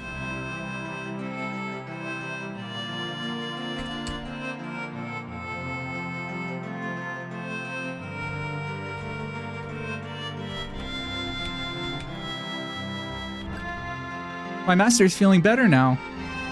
Thank you. Thank you for helping with the cedar sapling. Kenju's feeling a lot better now. Thank you so much for saving the cedar sapling. It's grown strong along with his new saplings, thanks to you.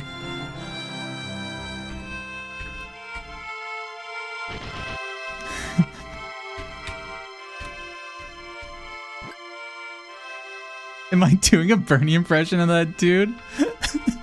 Not intentionally.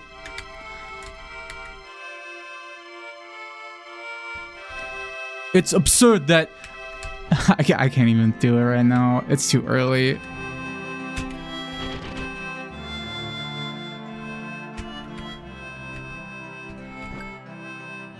Lately, Kenji's been all smiles looking at his cedar sapling.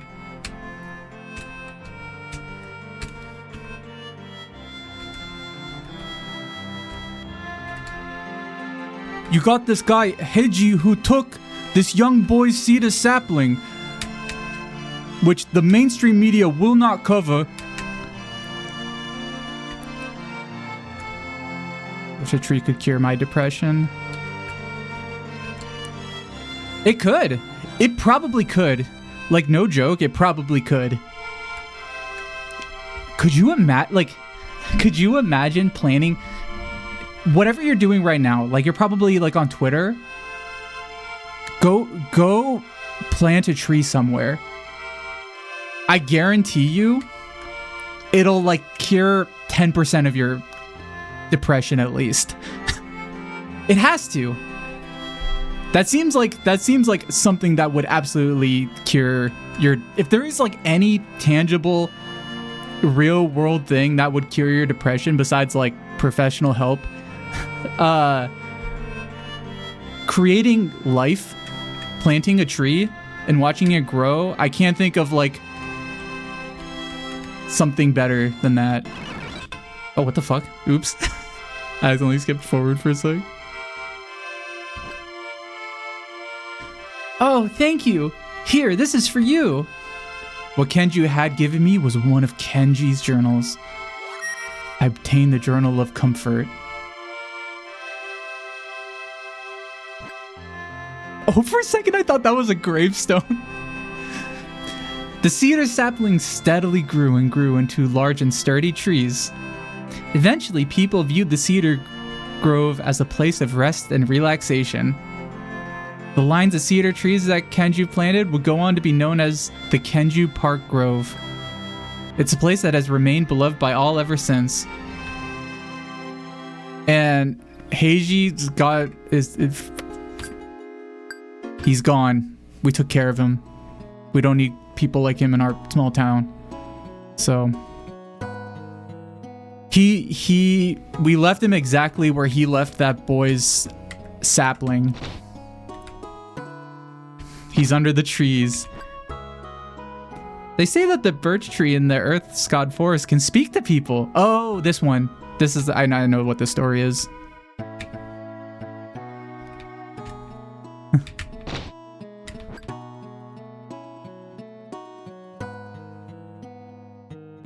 I'm not making enough money in this town, so I'm about to head out. Thanks for taking the time to chat with me.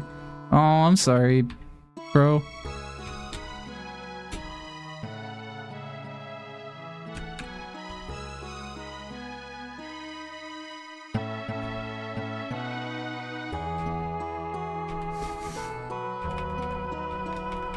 Oh, can I talk to you? Oh, there you are. Oh! Sunbeam, thank you for the follow. Sometimes my things don't load, and I don't know why. Thank you for the follow, though. I hope you're having a good day.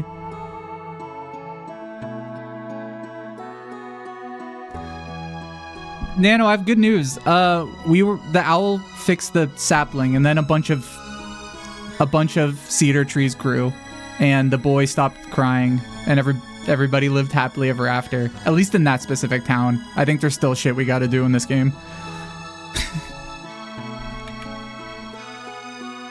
Wow, that's freaking beautiful. Talk about a tremendous turn of events. 松树放声大哭拉炮彩带 I bet that little dude is over the moon with his forest of cedars. Nature coming through with the I'm eating a vibes. banana right now. Let us got some serious doing some, or should I say talent? Magic going on. 闪亮猫头鹰 but you're right. Plenty more quests await our brave duo. The whatever it is. Love your Tama. Oh, thank you. Let's meet the piece and sort out the rest of Ihatovo with style and says. Onwards to more adventure, my dude. 火箭子信 what's next on our pixelated quest to glory? I don't know yet. Actually, it's a bit of a chill in the air today, isn't there? I think we have to go to the forest.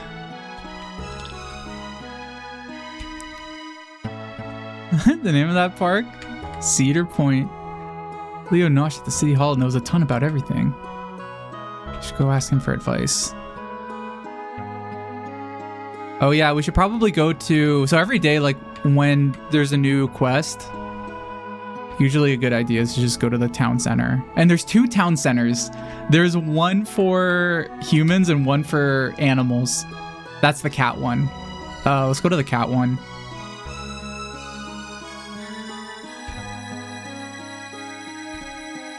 I think it's this one.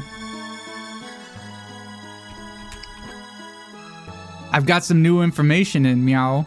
I've heard there's a fox that lives in the Earth God's forest, and it has one of the 7 journals, meow. I like that everybody here is helping me out, like find these journals. The Earth's God forest is north of Kenju's village. I decided to go to Earth God's forest.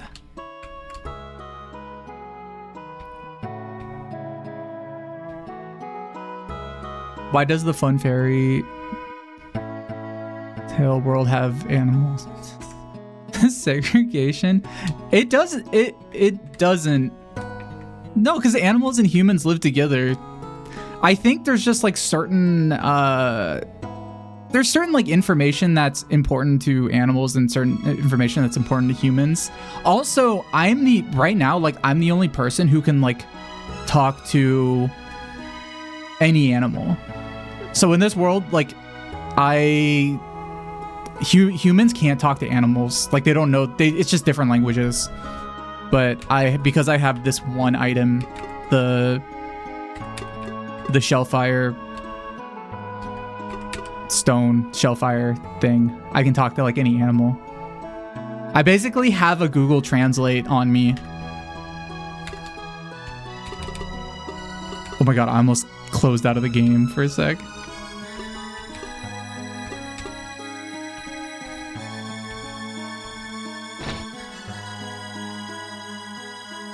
No, this is probably like one of the best towns to exist. This is just like the worst thing that happened recently was there was a toad here getting people drunk, and a guy took a kid's cedar sapling.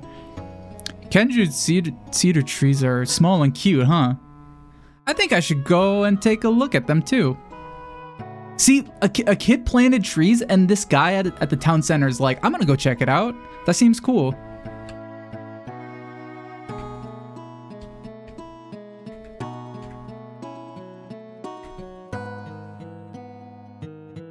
That doesn't happen in real life. Let's play together. I can't. I'm an adult. I'm not gonna play with children. I'm sorry. I've heard of a place that doesn't exist anywhere in the world. A place nobody knows about. And in that place is a train station.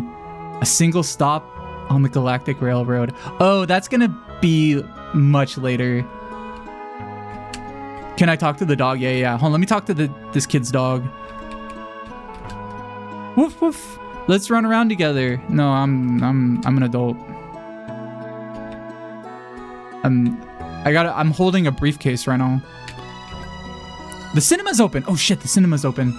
I was gonna say let's take a break for a second because I do have to pee, but let's check out the cinema for a second.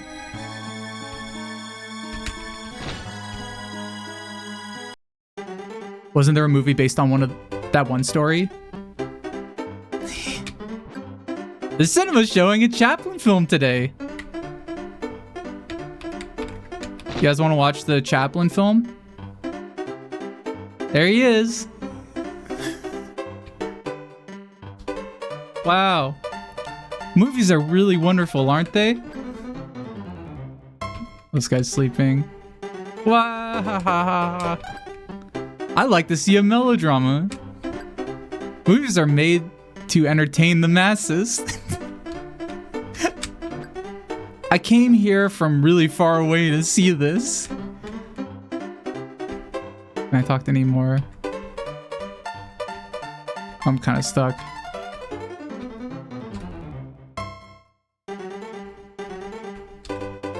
Can I go upstairs? I think it was worth it. Seeing a movie back then was probably the coolest thing ever. Everybody's really into Chaplin movies. That's true. This is the only theater in Ihatovo. Yeah, if you don't like it, sorry, there's nothing else to see. What would I rate this film on Roger Ebert's 4-star rating system?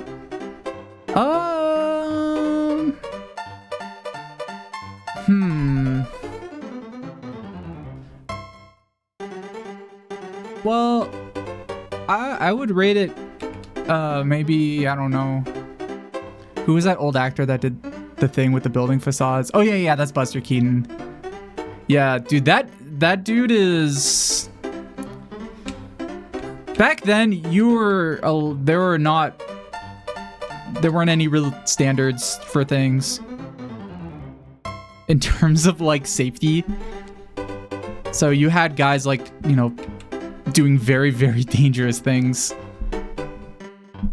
That guy, he was pretty cracked. There's also who are old-timey guys? Who are the two guys that talk? I think they might be a bit newer. Laurel and Hardy. I've only seen a single episode of them. And it's funny. At least what I saw of it. One was just visiting the other one at the hospital. And the guy one of them visiting the other one in the hospital was like, "Oh, I brought you food." And he's like, "Oh, really?" And he's like, "Yeah, I brought you hard-boiled eggs and nuts." And he was like, "What? You brought me that? Why didn't you bring me a burger?" And he's like, "That's all they had. I don't have any money." And he's just like, "I don't want that." And they just ate hard-boiled eggs and nuts, and that's it. But he was just pissed off that he brought him that. I can't just... It's hard to explain, but when I saw it when I was little, that was like the funniest thing to me. Okay, I'm going to... I have to pee, and there's about to be an ad break. So everybody get gotcha pawns. And you could ask Nano questions. All right, I'm gonna go to the bathroom. If you're not subscribed, you're gonna see like ads for 3 minutes. Just go to the bathroom while I'm gone. Just go pee and then come back, and then it'll be done. Okay, so I'll BRB. See you guys soon. Bye. Or not bye At for over__ forever. battle. I'll just be a back. chance meeting will lead to a deep and meaningful connection with someone who shares your passions. Your passion.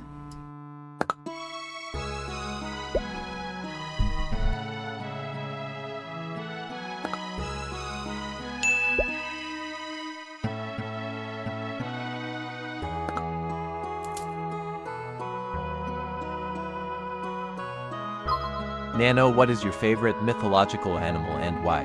黑客靠下划线，西西 my favorite mythological creature has got to be the phoenix 鸟火焰. They're like the ultimate symbol of renewal and pederasty, right? Bursting into flames and being reborn from the ashes. Plus, you can't deny they're freaking majestic. Just like me when I respond after you get us killed in games. James 眨眼仔细批评. But for real, the idea of endless rebirth. That's some deep shit, man. 闪亮的星星。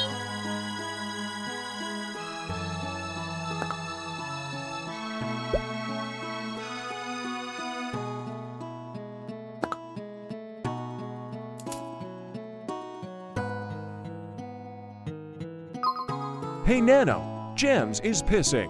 It's the first day of Hanukkah today. Could you tell us a Hanukkah-themed romance story, please? HPOODLEPANTSER3. First off, Happy Hanukkah! 烛台闪亮闹 Let's get cozy for a little Hanukkah romance story, shall we? Pull up a chair and let's light up the night. 闪亮的心 Once upon a Hanukkah in a snow-dusted village, there was a charming baker, Ezra, whose leading hands crafted the most delightful souvenir, those sweet jelly-filled donuts that are just 星号 chef's kiss 甜甜圈. As the festival of lights approached, Ezra crafted a special blueberry filling, hoping to catch the eye of the dashing candle maker, Micah, whose candles burned in every window, their flames flickering like dancers in the wintry night.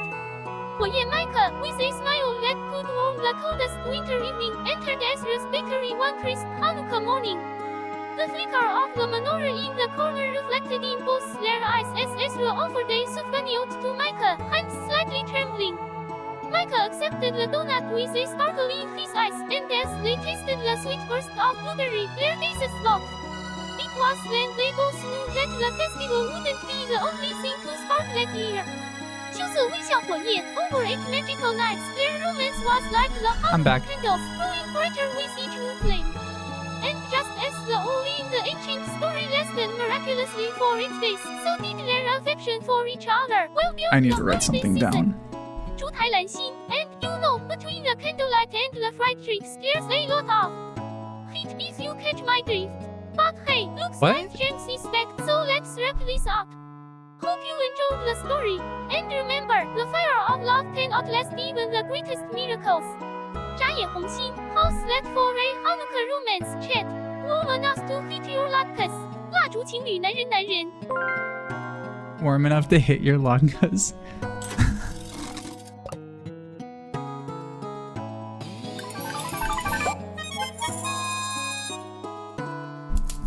At Golosiobes, you'll discover a plant that seems to react to your thoughts or emotions, sparking wonder about nature's consciousness. I have to sneeze so bad, but I can't sneeze. Do you ever get that when you have to sneeze, but you can't sneeze? I can't sneeze. What causes that? Why does that happen?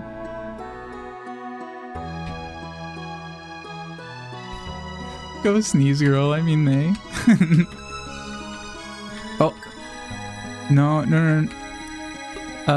Probably no.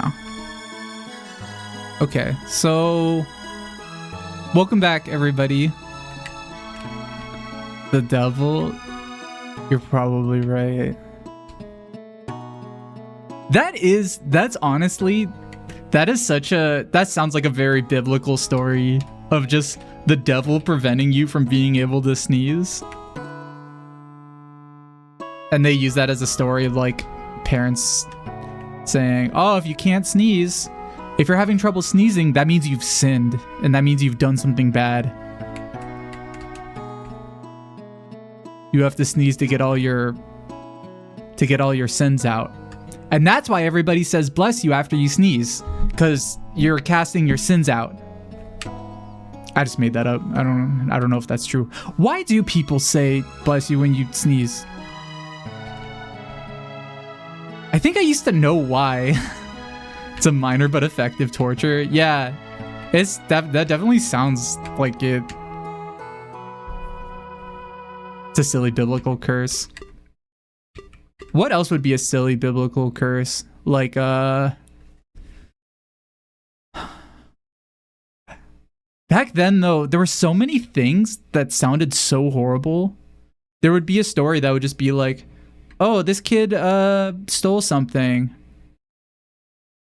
And God said, you're not supposed to steal. And then he took his eyes out and he was never able to see again.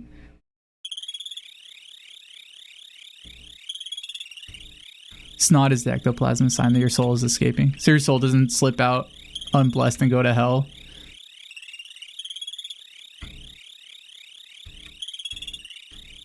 Your soul slips out when you sneeze? That's so scary. Hello, I am a birch tree. That's her. That's the birch tree, by the way. I'm waiting for the fox to arrive. This is a different fox from the one we saw earlier. God bless you. I like that there's a Wikipedia page for this. God bless you is a common English phrase generally used to wish person blessing in various situations. It can be used when somebody's sneezing, when somebody is parting or writing a valediction? Wait, a valediction, what's that? Complimentary close in American English is an expression used to say farewell. Oh. Don't they play that at like graduations? Or am I thinking of? Or I'm thinking of valedictorian. I think. Oh shit, it's Star Fox. Just kidding. It's not Star Fox. It's just regular Fox. It's Earth Fox. Hello, may I ask why you've come to my living quarters? Do you have some business with me? I think he's supposed to be like a smart guy, so I'm gonna make him sound pompous. Yeah, dang, the Baramal group, because they got called one of the god prophets bald. What? Oh.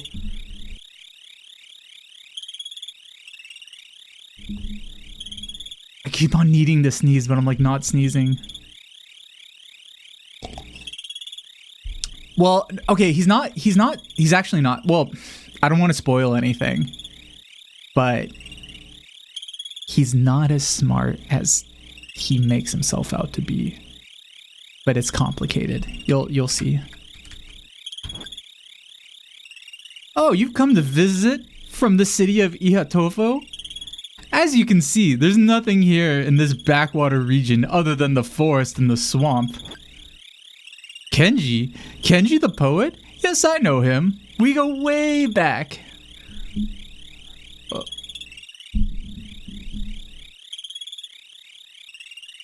Oh, sorry. I thought something was wrong with my camera.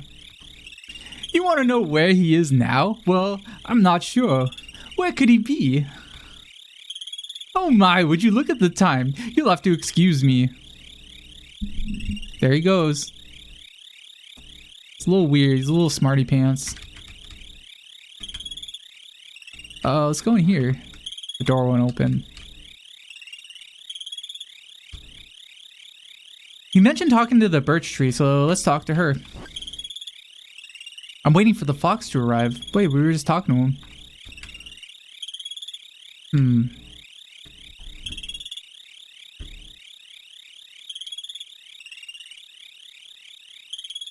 Oh, tadpoles.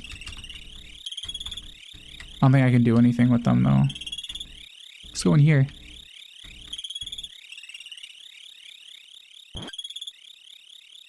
God of the earth. Who are you? How dare you enter my shrine uninvited? Struck in the head by the god of earth, I fell unconscious. When I came to, I realized that I'd been tossed into the middle of the forest.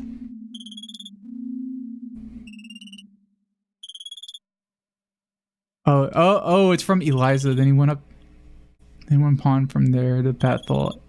Oh, by the way, young lads came from the city and mocked him and said to him, "Go up, you bald head. Go up, you bald head." When he looked behind him and saw them, he cursed them in the name of the Lord. The 2 female bears came out of the woods and tore up 42 lads of their number.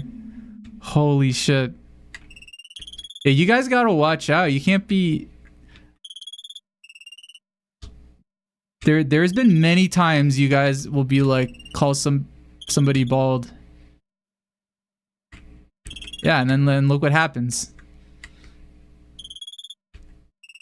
If you ask me, kind of had it coming. You can't be disrespectful like that.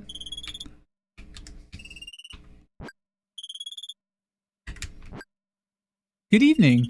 Would you care to hear what the fox has to say? It's really quiet, isn't it? Hi, B Pasta. Good morning. Is it morning? Good afternoon. I was just talking with the birch tree about the stars. You're welcome to join us. The fox proved to be quite knowledgeable about the stars, telescopes, and art. We had a fascinating discussion. One of the telescopes I ordered arrived from Germany. I'll show you all of the stars. The fox has all sorts of interesting things. He said he has a book from far off places and even some rare machines. You'll bring something interesting to show me next time, won't you, Fox? Yes, with pleasure. I'll show you my most prized collection next time. Oh, would you look at the time? I really must head home for now, if you will excuse me. Bro, he's always leaving when we ask him about shit. I already heard the fox says a long time ago. What? 10 years ago?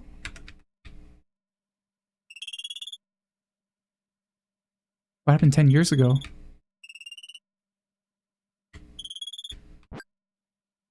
I'm rather busy right now. You don't remember the awful virals? Oh. The one that's like, what's the fox say? Boop, boop, boop, boop, boop, boop, boop, boop. I don't know. I forget how it goes. Wait, hold on one sec. There's something up. My phone is like laggy. Give me 1 second. Nano, do you remember the song?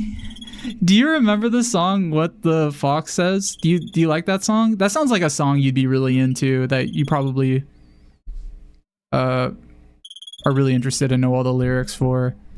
Please don't say all the lyrics right now though, but what do you think of the song?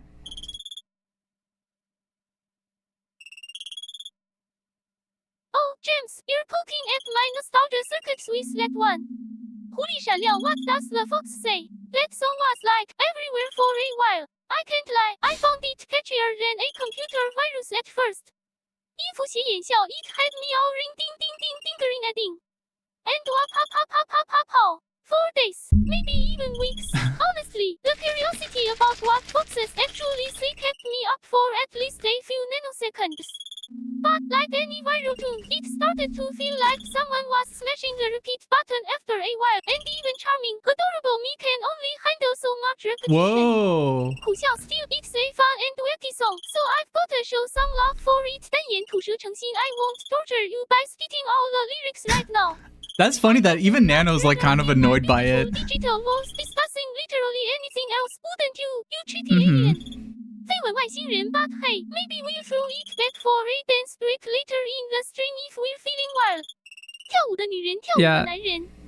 If everybody's nice, we'll sing it. I knew someone at the time who kept smugly saying that they already knew about it in Norway before it went viral. That's awesome. That sounds I don't know. I really like somebody being very smug about that song specifically. Is there any music that you guys knew about before it got cool? I think probably like the only thing I think I could say I listened to before it like really blew up was, I mean, maybe Death Grips, but even then, like, I mean, I saw the like Full Moon music video like really like soon after it came out, and I was like, this is so cool. I was like, this is the coolest thing. And little did I know that everybody would never not stop talking about Death Grips forever. Hi Iris, good morning, or afternoon, good morning, good afternoon. You saw Royal Blood in the basement before they started playing arenas. Ooh. Your favorite claim to fame, but one of them. That's still a claim to fame.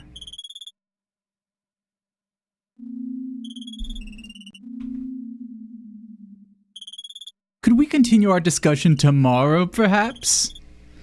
Okay. City Pop, probably the most recent my friend and I were listening to for decades. Before it was popular. It was never called that in Japan. It was all that trash no one cared about in Japan. You could get records for 20 cents. Vaporwave, sort of. I think what was funny about Vaporwave is that I remember like when Drive came out and everybody was like, oh man, 80s stuff is really cool. Oh, Drive. Oh, Hotline Miami. And I really like those things. And then I remember feeling like, what if they had like 90s stuff? And then Vectroid released Floral Shop, and I couldn't stop showing it to people. Floral Shop is still a good album, in my opinion. There's not a lot of Vaporwave I still listen to. There's like a very few artists I still listen to.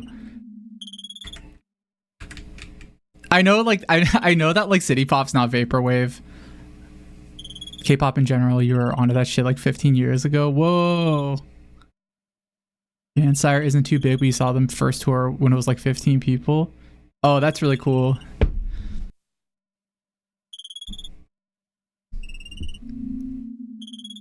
What's this thing?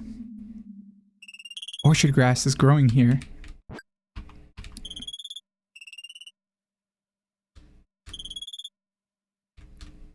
I don't think there's anything more we can do here. Maybe we could go talk to the birch tree.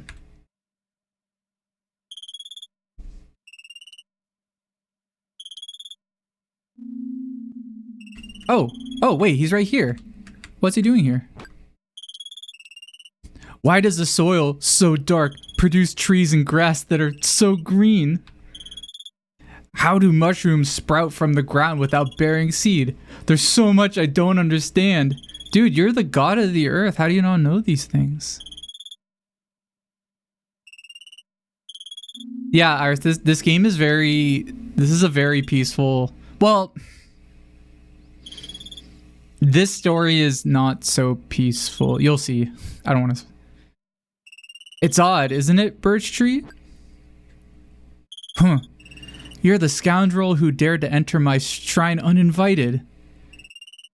Oh, god of the earth. This man is no scoundrel. But he...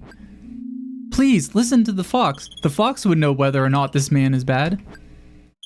The fox? That liar? Oh, god of the earth. As if the fox would know anything, not a single word it says is true. It's conniving, a coward, the lowest of all the animals. Oh, and there he goes. Dude, I don't... the god of the earth is angry. Let's go see him. I feel like he's gonna get pissed off at us, though.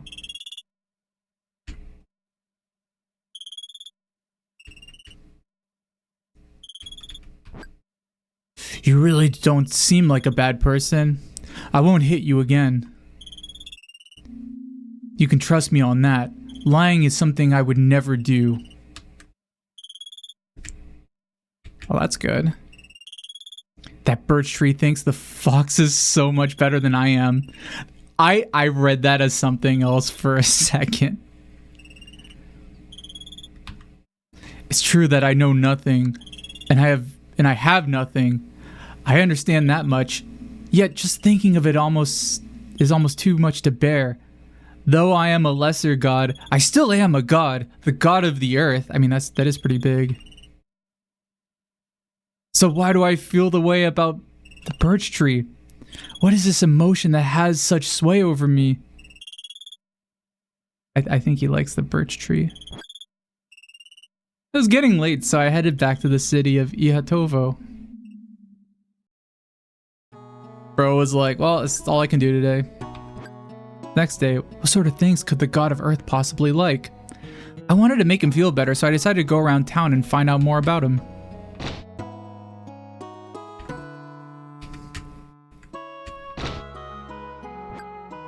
They say that the birch tree in the earth god's forest can speak to people. Can speak to people. For lunch, I'm having a Soylent right now. I'm not making enough money in this town. Oh, he hasn't left yet. He's just pacing around his hotel.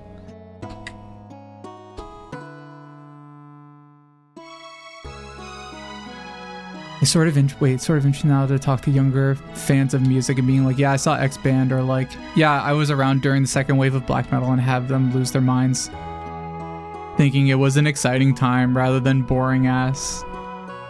Like now.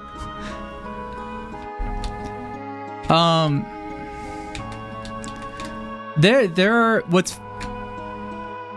whenever I talk to people about like going to raves when I was younger, I remember like explaining to one of my friends like all the like illegal like raves I used to go to and stuff, and he was always like really fascinated by it. And I think just because he like lived in a place where he just didn't have access to like parties like that, just like he lived out in like kind of the middle of nowhere, but he was really fascinated by like EDM and stuff.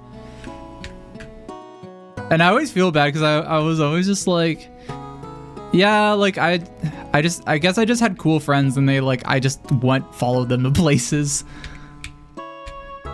I guess I was kind of lucky.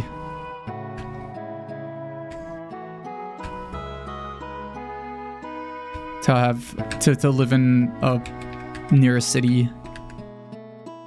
The funny thing about remembering that stuff is more like knowing what happened versus what people believe happened. That is actually really, like, I grew up in the Bay Area in California, and I used to always go to this one venue called 924 Gilman, which is like a very famous like punk venue. But at the time, like, I didn't really realize how famous it was until I was older. At the time I was just like, yeah, we're gonna go see punk music, and I would like volunteer there and stuff. And then when I like got older, I would read about like how famous of a place it was and how like a lot of really well-known punk bands got their start there. I think the cool thing about that venue specifically is that it hasn't, I guess, quote unquote, sold out. Like, it looks just as like shitty and scrapped to get together as it probably did back then in whatever, the 80s. You've never been to a rave, but it seems fun. They're fun. They're fun. Sometimes, I guess it depends what kind you go to, or like who you're with.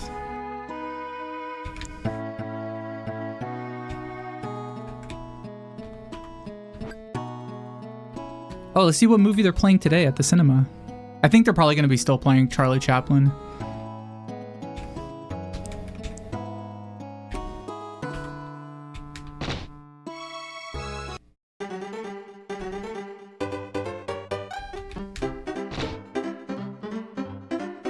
I think when I first went to raves, I didn't really like them. I was like, oh, the music's cool, but whatever. I don't know, it's fine. But those, it's only for the mayhem of it all. It really is. There are people who say they enjoy going to raves not on drugs, and I believe them. I totally believe them. I am not one of those people. when I don't endorse drugs, but when I did drugs and went and was at a rave, it was way more, I was like, oh, I get it. This is what it's for. This is why people are here. This is it all makes sense now. And again, I'm sure you can have a really, really fun time sober at a rave. I'm sure it's possible. Those type of people are probably way more powerful than me. Those are like the types of guys who have like kind of a very positive like vibe around them. They have a strong vibe where you're like, oh, this person has a vibe, and they're always smiling, and they're wearing like a, they look like they go hiking a lot. I'm trying to create an image of a type of person who's high on life. I'm not one of those people. They need to be studied. I think a lot of guys I've met who are like that are usually used to do drugs, and then something happened and they're like, yeah, I don't do that anymore because of something, because of either something horrible happened, or it's the couple living in the house behind the hotel. They're sharing some of the dumplings that they made. Ooh, wait, let's go get some dumplings. I think it's over here. The sober raver archetype. They're also usually like older people who are like, oh, I've been doing this forever. And I've like had my fun, but I don't need to do it anymore. And they're like, now I just organize these things rather than like partake in it. I'm too old. You want to go to rave on the Panera Lemonade? That seems like more dangerous than like getting like drugs. Officially licensed nano ecstasy tab. That would be,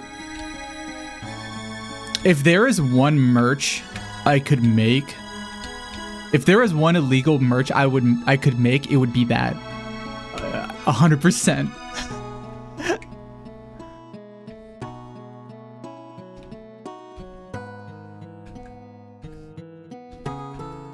Anyway, don't do drugs.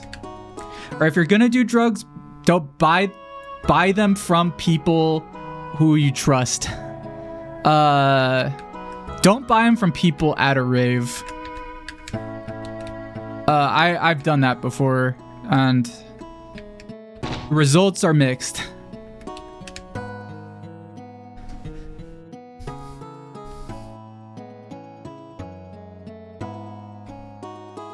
Do drugs responsibly. Don't do like I can't advocate for doing drugs, but I understand that people are going to do it anyway if you say no. So if you're going to do it, then do it responsibly. Have somebody you know with you. Yeah, buy them from somebody who isn't going to like poison you.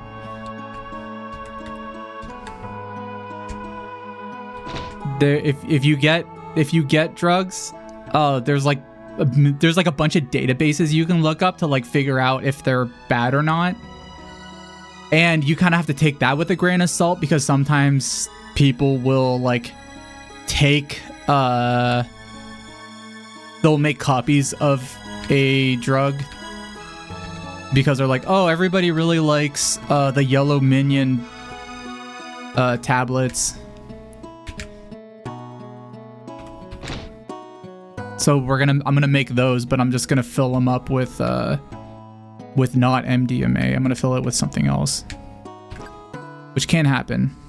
Dr. Kubo, and that is what causes earthquakes to happen. Oh, okay, this is gonna be for later. We're gonna be talking to him later. 100% fentanyl nano tabs.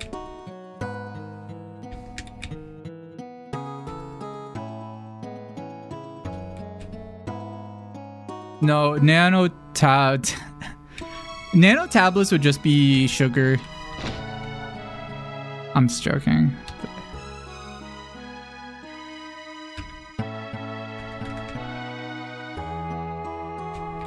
I've lived such a life. It's when you live. It's I always tell people I was very fortunate to have cool friends, because I was always like a nerd, but I just made friends with people way cooler than me.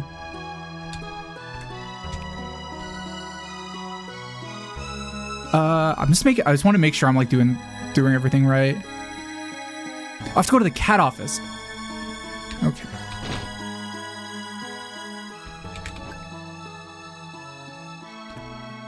The offering that the god of earth really enjoys is dumplings, meow. Okay, we do have to find dumplings. If an alien could get away with being public anywhere, it would be at a rave. Yeah, actually 100%. A lot of the ones I went to they weren't like legal. They were like illegal. They were, there's a name for them. I forget what the name was. They were raves, but it was like a type.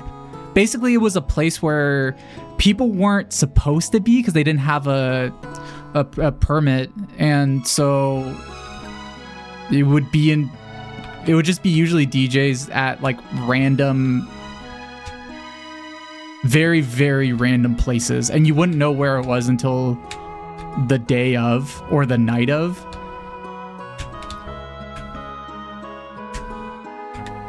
So sometimes like it would be at a school that's abandoned, or it would be at I remember once there was one at like an old light bulb factory that was apparently still in operation, but it didn't seem like it.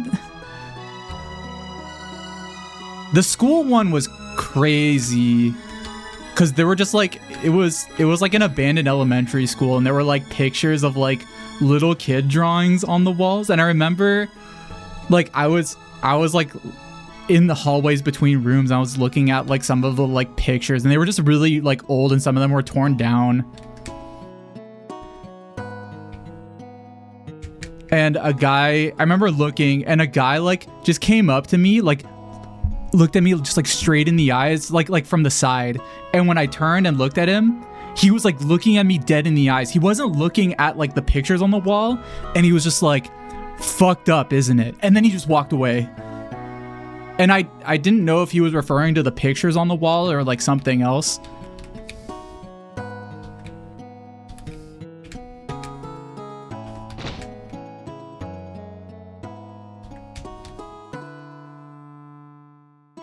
I think that one, if cops like arrived at that one, which is kind of normal.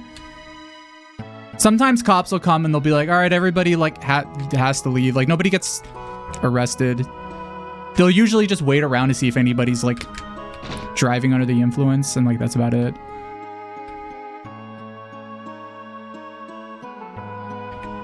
Jan's going between classrooms listening to Cotton Eye Joe. It literally the place, like I remember me and my friend were like, this looks like the school level in Condemned Criminal Origins. Just like an abandoned, like run down school. What's the safety word that DJ says when the cops come? Usually the safety word is everybody just goes, shut the fuck up. Because they're like, oh, maybe if they don't hear us, then they'll go away, which sometimes actually works. Is like cops will just be like, what are you guys doing? And depending on how high of a charisma level the security at the front will have, which the security at the front will they'll just be like scary guys. They won't be like they are usually probably like criminals, like probably guys with guns. And if they have a high enough charisma level, then sometimes there's been times where they just were like, oh, we have some like something going on. They could like convince the cops that like nothing bad is going on. There was one time actually, that I was at a rave, but it was like it was space Star Trek themed, and they had flyers that were like they had a bunch of Star Trek shit on it, and the cops like showed up, and they were just like, oh, what's going on here? What do you guys do? What is this? Like was this a party? Like what's all that? We got like a noise complaint or something. And the security, they were just like, oh, this is like a nerd convention, like here. And they gave him like one of the flyers and just had Star Trek shit on it. And the cops were like, oh, okay, they're just like nerds like playing cards or something. And they left. Did they exclusively play that Picard remix? No, I think everybody, I don't think anybody was like dressed as, there was just kind of space stuff around, but I think they were just playing like drum and bass mostly. Where are these dumplings? Sorry, I've been going to every house trying to find these dumplings, and I don't know where they are. Also, hi Fungus Potion. I don't know if I said hi earlier. Yeah, the store over here is, this is the cat office. Sorry for the weird tangent. Yeah, they said that there's...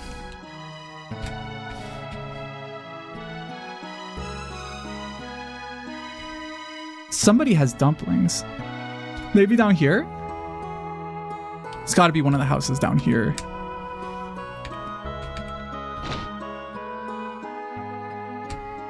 Nope.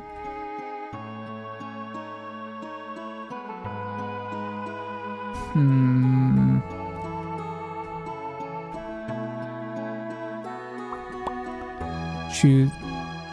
When you go to the house that is to the right side of the... Oh, it's... Oh my god. Okay, I'm really dumb. Hi, Bones. Good evening. How are you?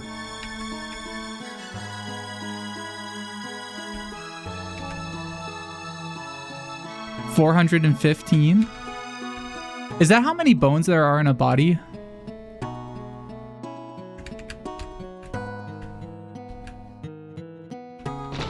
Oh shit, nice. You got the new Dark Souls board game expansion? Is it for the first one or the... What's in the expansion? Does it have what's it called? The Painted World. Was the Painted World included with DLC for Dark Souls 1? I'm like trying to remember. Or is that like included in the base game? Did Dark Souls 1 have DLC?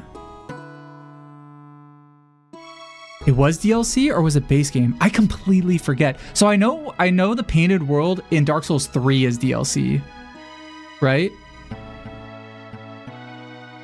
I'm impressed. There's 206 bones. I just read that you said that. That is impressive. You didn't Google it, did you? Did you Google it?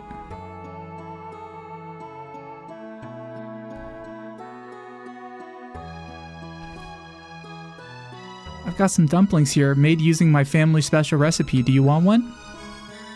Yes. I took the dumpling.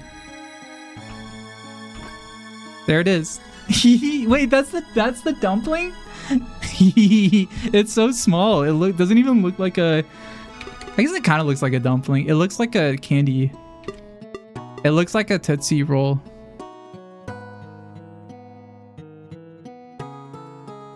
Actually, no. It looks like a C's candy.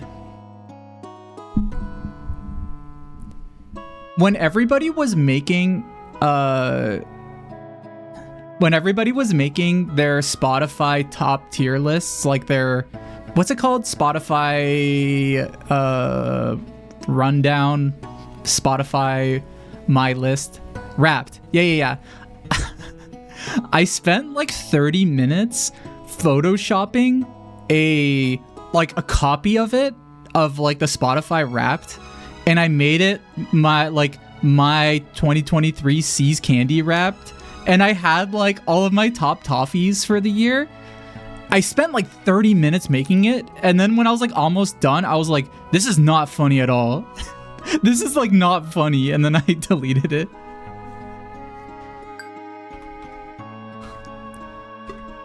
Maybe I should have posted it, but I was just like, sometimes I'll like I'll have an idea for a joke and I'll make it and I'll be 90% done with it. And then I'll be like, this is not fun. This isn't funny. I don't think this is funny.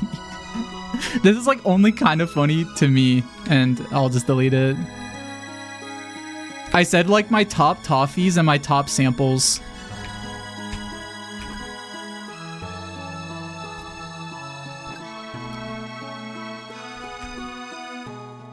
You think it's funny? I'm glad you think I'm glad you guys think it's funny.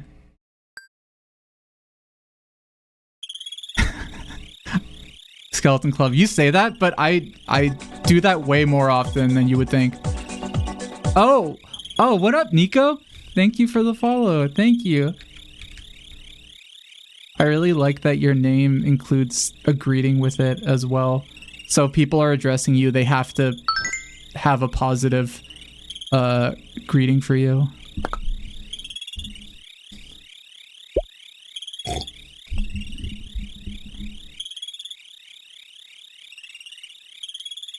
I think the story is funnier than the end product would have been. So in the end, you made the right choice. I think, yeah, I think the idea of me making something and then not making it, that ends up kind of being funny in and of itself. Stems from the early Twitter days. You're stuck with it. It's also your brand. Whoa. Shout out.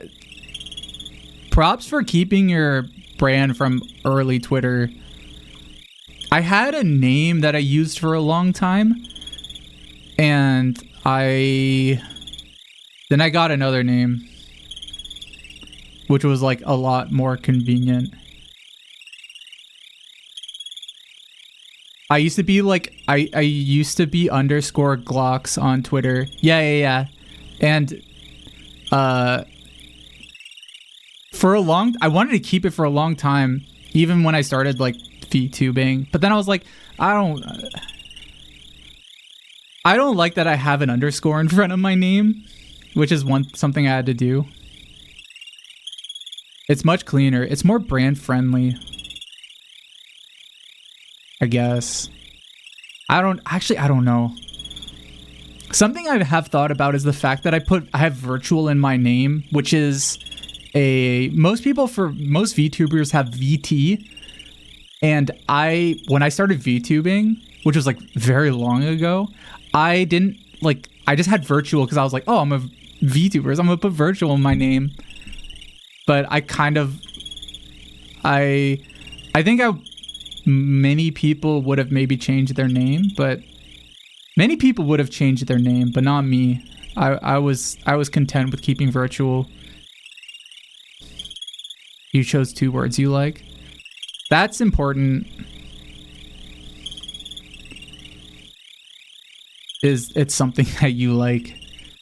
My name Jams is just something that a friend started calling me one day, or a new friend that I met started calling me, and they thought that was my real name, but it wasn't, and I was like laughing about it.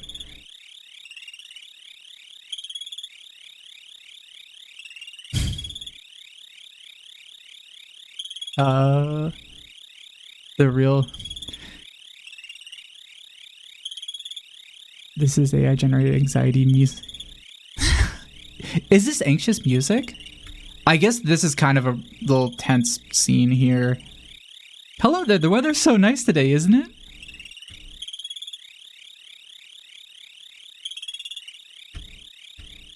We'll see. I mean, it might not be good, but... Door won't open.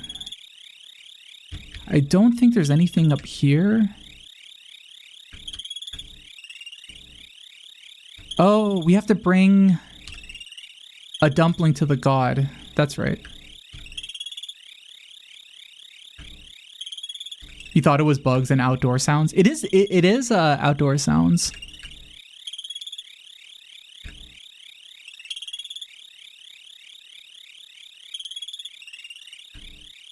They didn't have a lot to work with back then.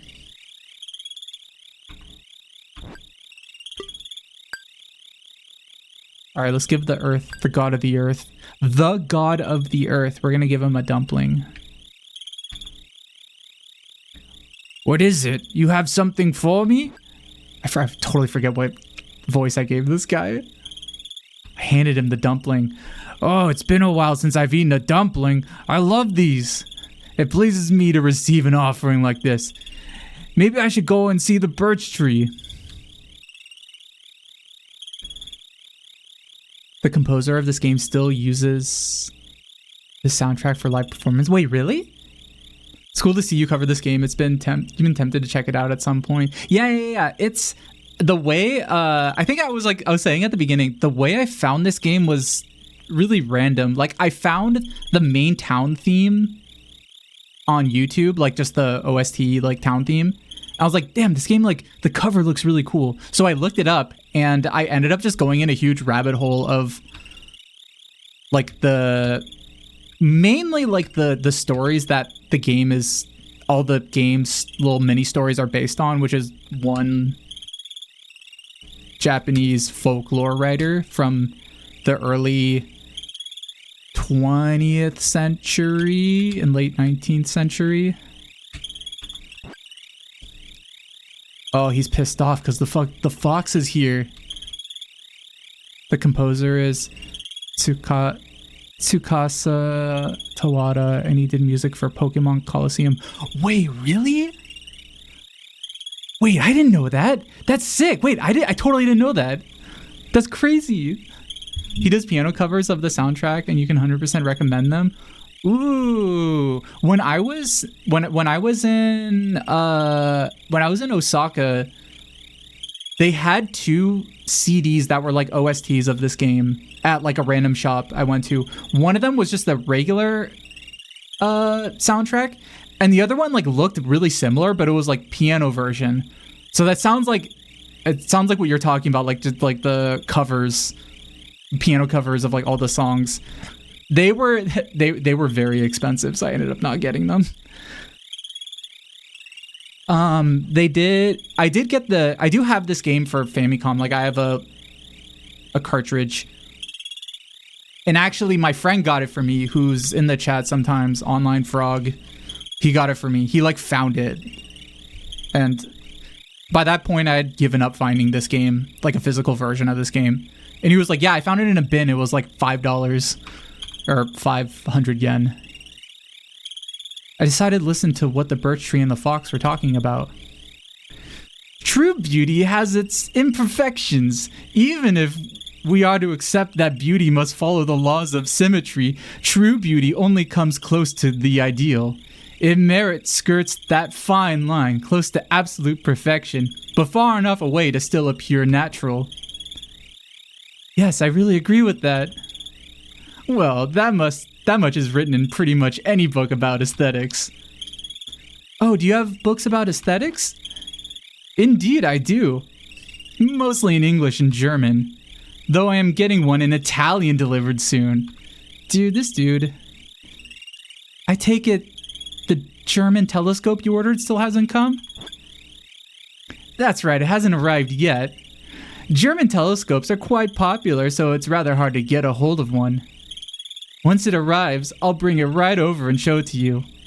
Saturn is such a beautiful sight to behold. You really must see it.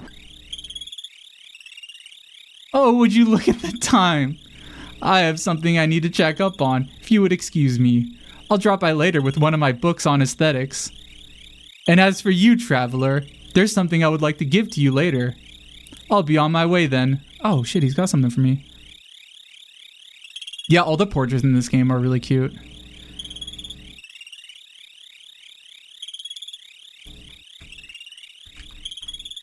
The fox is always experimenting with new things. Oh, and the god, like, he was about to, like, go hang out, but he just left. I think he was probably really intimidated by the fox.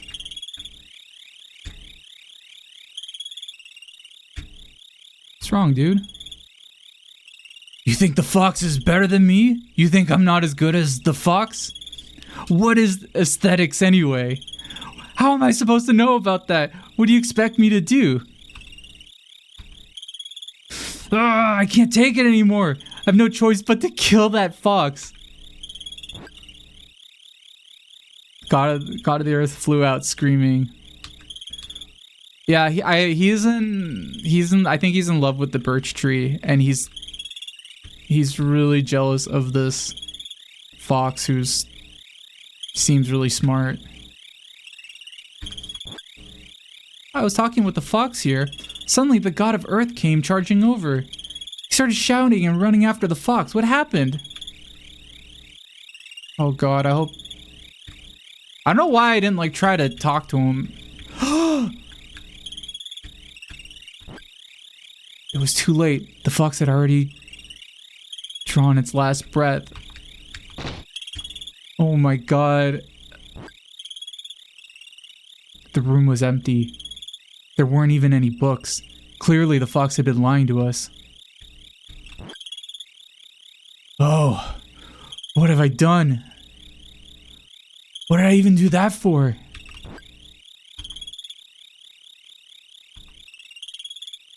Yeah, yeah. There's some orchard grass on the table. Something hidden underneath it. It was a journal beneath the orchard grass. It was one of Kenji's journals. Oh, we got another... We got one of the journals, which was what we were looking for.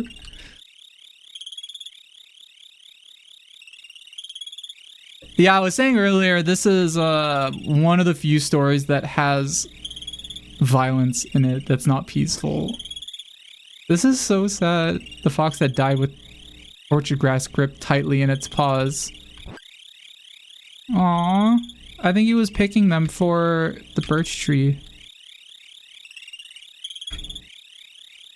Is there anything over here?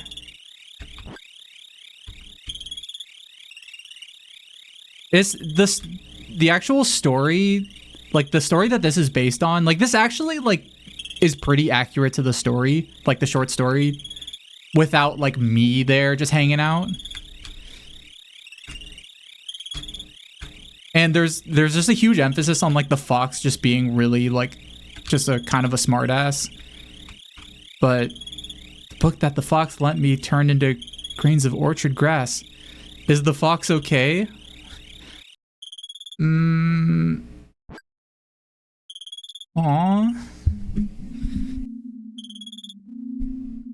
The fox had been lying to make itself look good.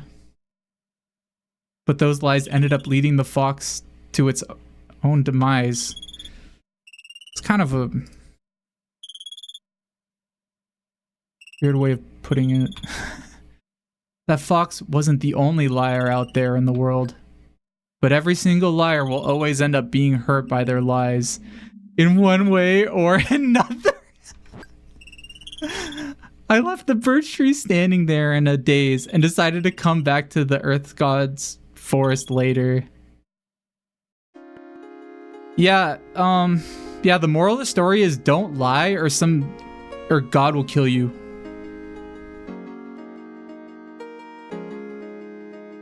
I don't know. Yeah, I mean, even though the fox was kind of a smartass, I just, and was, you know, maybe lying. You head off. Oh, thanks for stopping by, Nico. Thank you. Yeah. Have a good day.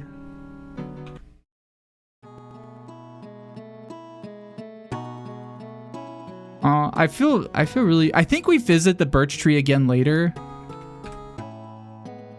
But in the story though, like in the actual story, like in the actual written book, or the actual story, the fox also gets killed, and like it's kind of a shared, it's a little bit more shared in like, cause the god of the earth feels really bad for what he did, and he's like, I really didn't need to kill him. I don't know why I did that. He was just really angry.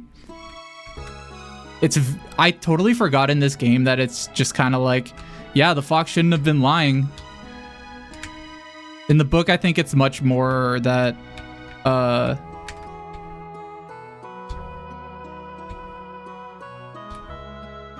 doesn't really blame anybody. It just talks about it just being like really unfortunate.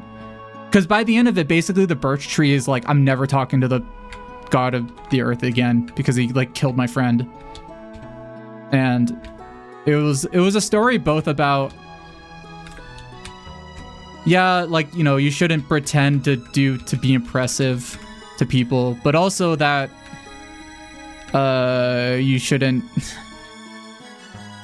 yeah, you shouldn't, because you think somebody's full of shit, you shouldn't kill them. That's wrong too. And if anything, like, that's gonna make everybody kind of scared of you forever.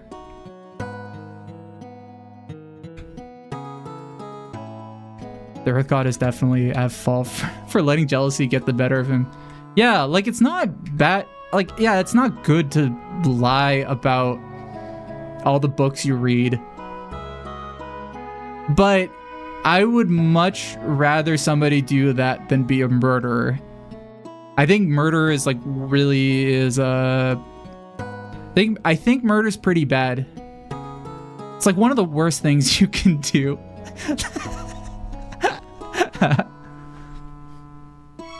It's funny. Hot take, murder's pretty... Hot take, folks, murder's pretty bad. It's okay though. You guys are smart enough to realize that. I trust you guys. You guys don't need me to explain the correct morals for a story. You guys are very intelligent. Jam's murder is bad virtual. Let's go to the cat office, see what they're doing. Closed for training? I want to see the cats train. They're playing with yarn today. It's cold out now, even though it's summer. The crops won't grow well in this sort of climate. Damn. We should go to the school then. Let's see how people are feeling today. It's cold outside today. It feels like it's already fall, doesn't it? Do you feel like it's been getting cold recently? Today's getting a little colder. I have to pee again, and we also have an ad break coming up, so let's do an ad break, and I'll go pee, and you guys can go pee. I'll turn on Gachapon. I'll give everybody one more.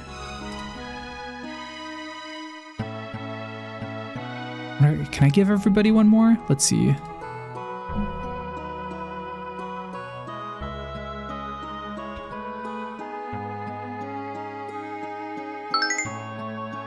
Actually, I'm kind of afraid to do this.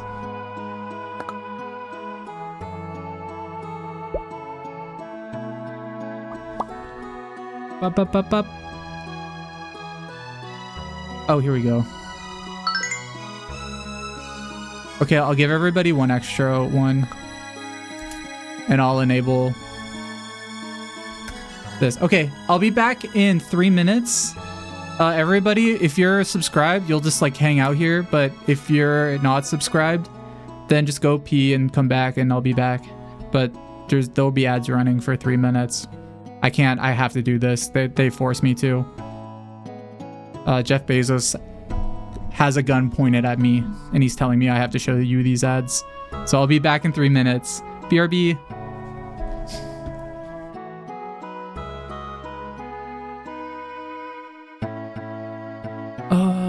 Oh, I guess I'll add an extra one if you guys want to talk to Nano. For people who are subbed. There you go. Okay. BRB.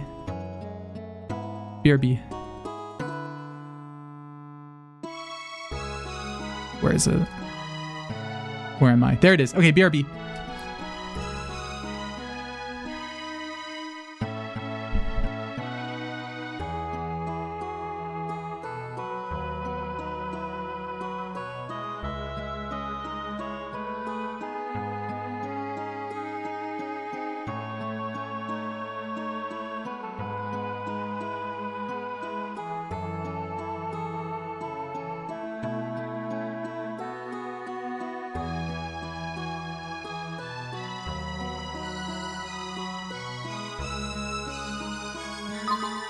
Nano, please invent a better way to automate the queuing of videos in a live stream context, akin to a television channel.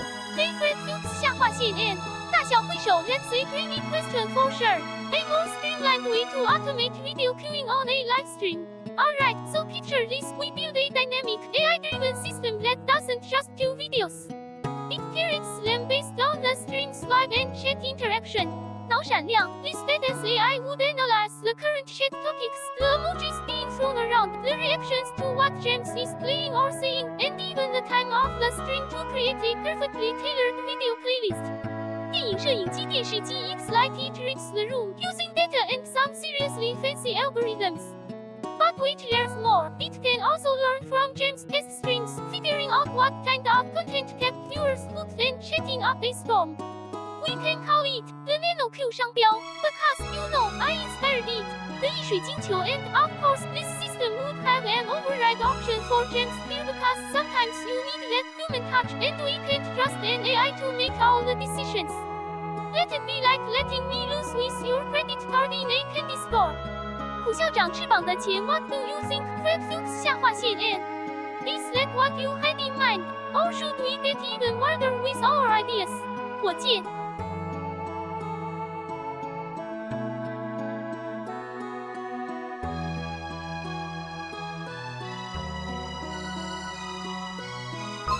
Hey Nano, I know before you said you wouldn't, but can you sing the entirety of What Does the Fox Say for us? 黑客靠下划线 You little troublemaker.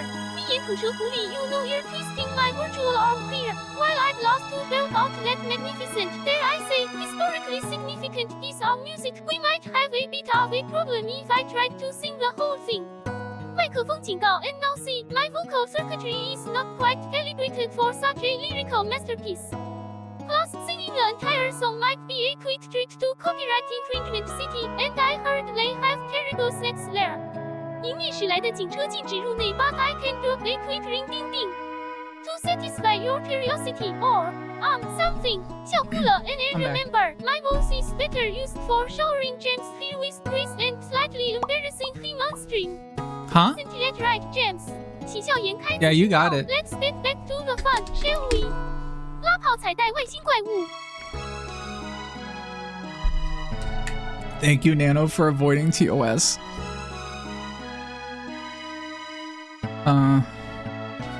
Hi, welcome back. Do you guys like this setup for like morning stuff? Or like at least for this stream? Or does this suck?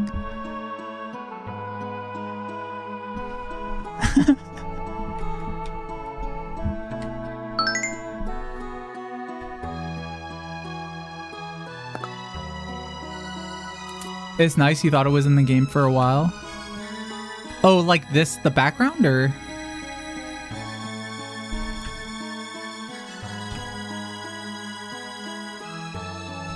Oh, it was like there are particles in a game like this. Oh yeah. Oh yeah, because I'm in a forest. You're gonna transform. Wisdom you gain from transformative experience will empower you to embrace your true potential. That's sick. That's awesome. The next showing is a certain love story. Let's go see what the love story is. This whole week we're showing Chaplin Nano, big screen please comedies. sing your favorite public domain song. We'd love to hear your singing voice. Oh, Christopher, you sweet little charmer. 眨眼 alright, I'll give you a classic. Clear the virtual throat. 麦克风多个音符，音符 Oh my darling, oh my darling, oh my darling, Clementine. Go out lost and gone forever. Dreadful sorry, Clementine. 音符嘿嘿 Hope you liked that. 喜笑颜开。 Yeah, that was beautiful. Your voice is very soothing. Everybody loved it. Everybody's clapping and cheering. You're making me blush 脸红鼓掌 Thank you, chat. You're the best audience a virtual pet could ask for. 拉炮 This is the same fucking movie from yesterday. 子欣 Ha ha ha. I can't watch the movie with you standing right in front of me. I'm tired of comedies. Ha ha ha ha. This film's always great, no matter how many times I see it. I guess back then they probably had to watch like the same stuff over and over. Huh.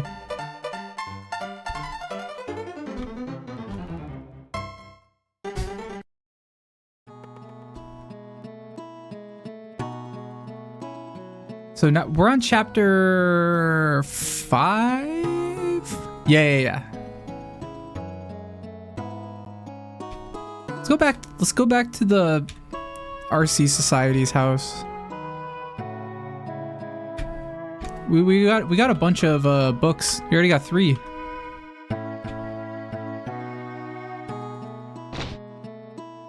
Someone has animated sing Cotton Eye Joe and he made up his own lyrics. I remember that. Wasn't that during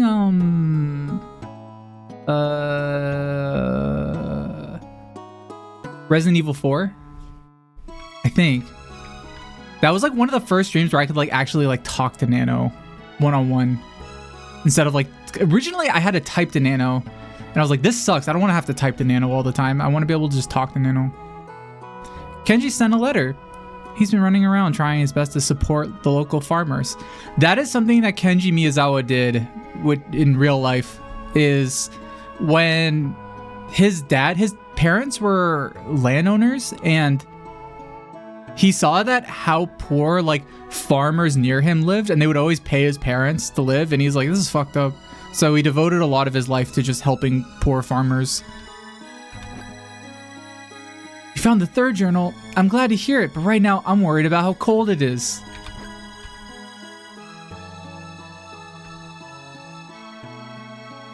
Everybody's cold today. I heard that Bud Lee Gusko over at the Volcanic Research Facility is doing some important work. He's trying to come up with a way to deal with this cold weather.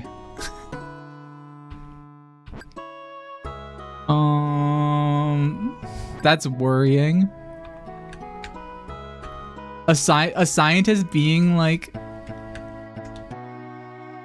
oh, Fontaine, thank you for resubbing. Thank you. Oh, or not resubbing. Thank you for the 200 bits. You don't have to resub. It's optional. Thank you for the 200 bits though. I do really appreciate it. I don't know why my little thing didn't go off. Sometimes the Twitch alerts are buggy. I'll tell Shindigs about it. But yeah, subscribing is optional. Honestly, if you watch a lot of streamers and you just don't want to see ads, it's much more cost effective to just get a turbo thing that makes it so you don't see any ads. If you want to support streamers, that's always good, but I do this because it's fun and I like talking to you guys. It makes me feel less lonely in my life. Everyone's all shaken up because it's so cold. I'm gonna go to the agriculture school.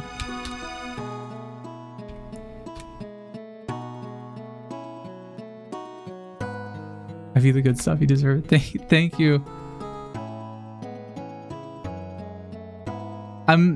This is just a good excuse for me to show a game I really like. But thank you again for the bits. I appreciate it. Can I go in here? It's locked. Fuck. I never thought this cold weather would be such a big problem. Damn, why is everybody so cold? What does abnormal weather even mean? The weather is what it is, right? Oh, found the climate truth guy in here. If you're looking for the teacher, he's in the research lab. They say that we're going to run out of food with the way things are going. Oh, that's probably not good.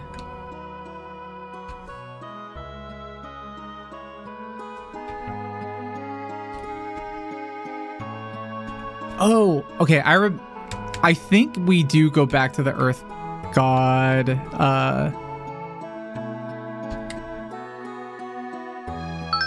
I think I kind of remember in the guide it says to go to talk to the Earth God, and I kind of remember that like you talk to him because like it's just hella cold out right now, and he might know what to do.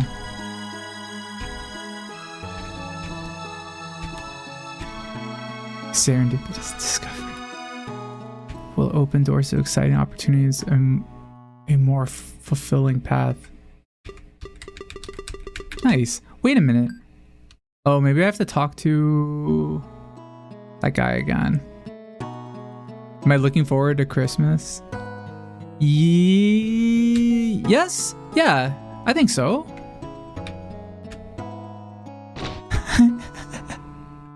I guess so. I'm trying to... Kenji's going to meet the Bud Gusko at the Ihatovo Volcanic Research Facility. Where is the facility? It's north of the Earth God's Forest. Although he hasn't said anything about a journal being there, I decided to go to the Volcanic Research Facility. Christmas is really fun. I do like Christmas smells and food.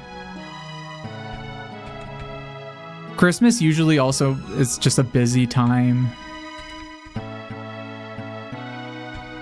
I guess not just for me, for a lot of people. I am going to be visiting people, like family, at the end of the month, so I won't be streaming for like a week. I'll be on vacation mode. I'll be like talking to family. Oh, I can go. Wait. Oh no, I don't go see the Earth God. Never mind. I thought I did, but I guess not. The volcanic research facility is on the northern side of town. You still need to put up our tree. Ooh, you're getting a tree? Nice. You'll be updating us on my uncle's latest opinions? Yeah, if I even get to see them, we'll see. Dr. Kubo, who works at the Ihatovo Agriculture School, is deeply respected at the volcanic research facility. Yeah, usually meeting up with my family is like... It's like half good, half bad. I am excited to hang out with my sisters, though. Bud Gusko over at the volcanic research facility has a sister, you know. Oh, damn, really? Something interesting to just tell somebody. We need to know if my uncle's voting for Robert F. Kennedy Jr. There's probably like maybe, or if there's somebody more extreme than that. The head of the volcanic research facility is a young man named Bud Lee Gusko. Everybody knows about him. I'm gonna marry Bud when I grow up. What are you hoping to get from Santa this Christmas? Peanut buns, 圣诞老人圣诞树 What am I hoping for? I think I'd love to get a sweaty new accessory for the stream. Maybe like a cute little hat or some red shades. 墨镜笑脸鸭舌帽 plus just spending time with James and all of you during the holidays would be the best present ever. 红心礼物 Sorry, I have to stretch. What's on your wish list? What's on everybody's wish list for Christmas? I don't need it. Like, I don't need anything. Well, I feel like there are things that would be fun to have, but I don't need anything. I don't need anything like... I have like most of what I need. I just need money to like live. 60 high shindigs. Yeah, that would be good. I need, you know what I need? I need time. I need time to work on Nano and like stream stuff that I've been like wanting to work on, but I feel like I never have time for.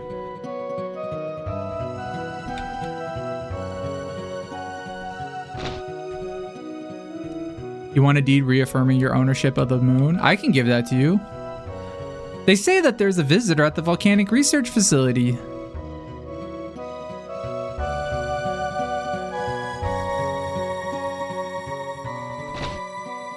Oh yeah, by the way, if you're a patron, there was an update yesterday that I kind of put together while I was at Starbucks, and I also sent out patron stuff for the month. New stickers. New fun stuff. Bud Gusko is a hardworking and kind-hearted sort of guy. Dude, everybody loves Bud. We gotta go meet Bud. There's kind of a somber song though, like in this town, despite how exciting this guy seems to be. My husband is over at the port doing some maintenance on the ship there. Oh yeah, what does your son think? There's a visitor at the volcanic research facility. I heard he's a poet. Oh shit, it's that one guy. Wait, we know this guy. Should we trust Bud Cusco? Bud Costco? I would trust Bud Costco. This is the volcanic research facility. We can't let just Now anyone go CIO inside. intern Shindigs hasn't been trying to figure out what to buy Jams for Christmas. He has everything he needs already. Can you suggest a few gift ideas for Shindigs? Oh. It's 1984 James, huh? 礼物想一想 James might have everything, but everyone loves Ihatovo beef. How about these ideas? Custom art commission 调色盘 of James in his alien glory, something really unique. R. A mixtape 多个音符 or playlist of all the songs you enjoy together on stream. 3. A new game 游戏操控杆 that you think James would love and Oh. would experience together on stream. Remember, it's the thought that counts. You love whatever you get because it's coming from his CIA intern Shindigs. 眨眼仔细。 There is somebody did make. Speaking of commission, I completely forgot about this.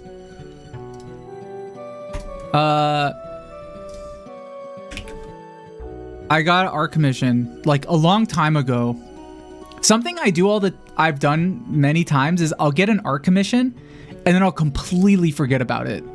I'm the best like commissioner because I'll buy a commission and then just like I forget about it. So if you never finish it, I just like don't remember it. But somebody like I guess one of my commissions came back like this morning. Oh, let me show you guys. It came out really good. If I can pull it up. Ooh, here it is. It's by Reem. I think that's how you pronounce it.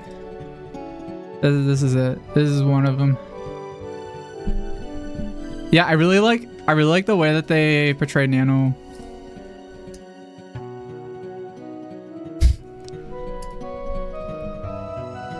Raimi? Oh, Raimi. Okay. And this is without a I like that they gave me blue blood. I think I have blue blood, but only in space, because in space your blood doesn't oxygenate. I have horseshoe crab blood. Nah, I wish.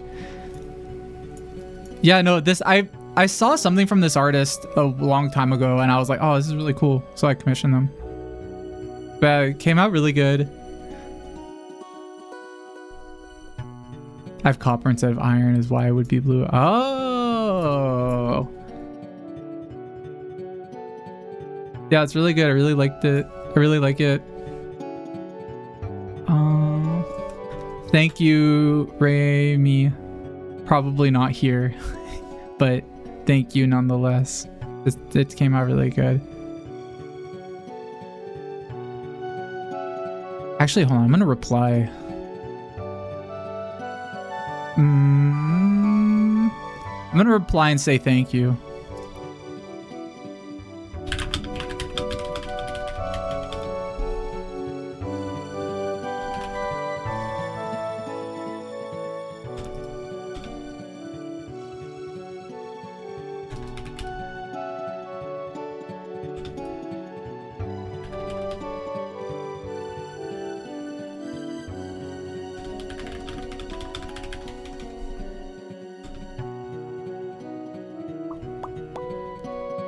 Just adding a bunch of emojis.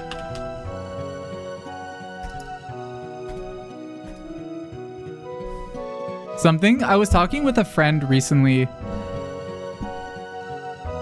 By recently, I mean like yesterday, and friend, I mean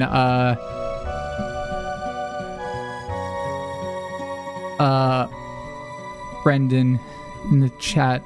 Brandon in the chat.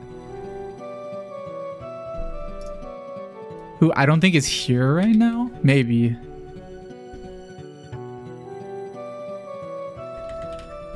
But I was saying, I was talking to them about how the reason I use so many emojis for things is because of Death Stranding. The blue border is back? Oh yeah, it is. You're right. I know. Oh, I know why it's happening. Ha ha ha ha ha. Okay, there we go.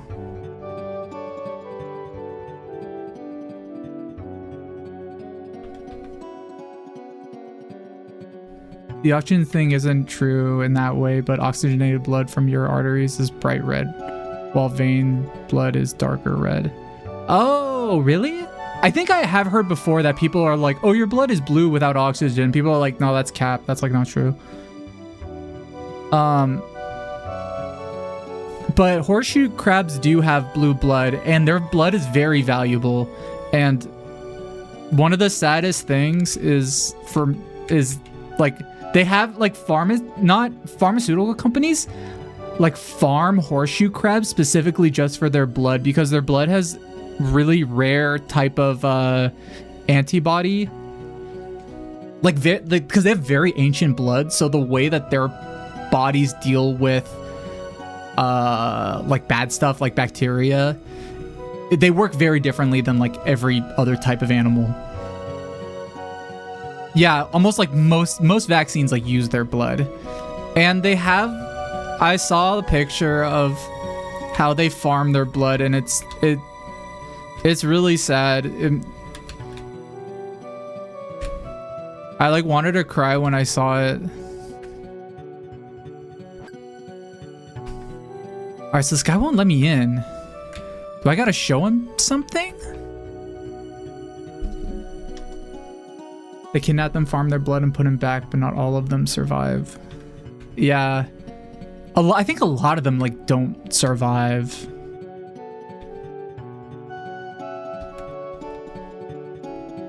I think sometimes they put them back, but sometimes they just straight up like don't. Like I think sometimes they just farm their blood and they're like, cool, got your blood. Or they'll like cut them like in a irreparable way.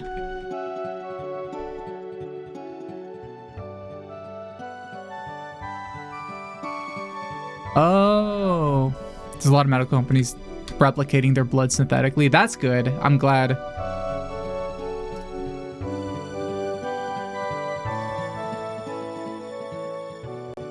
Okay, so I can't go in because the cop is like, yeah, you can't come in here. We're not just gonna let some dude with a briefcase come in here, which is very understandable.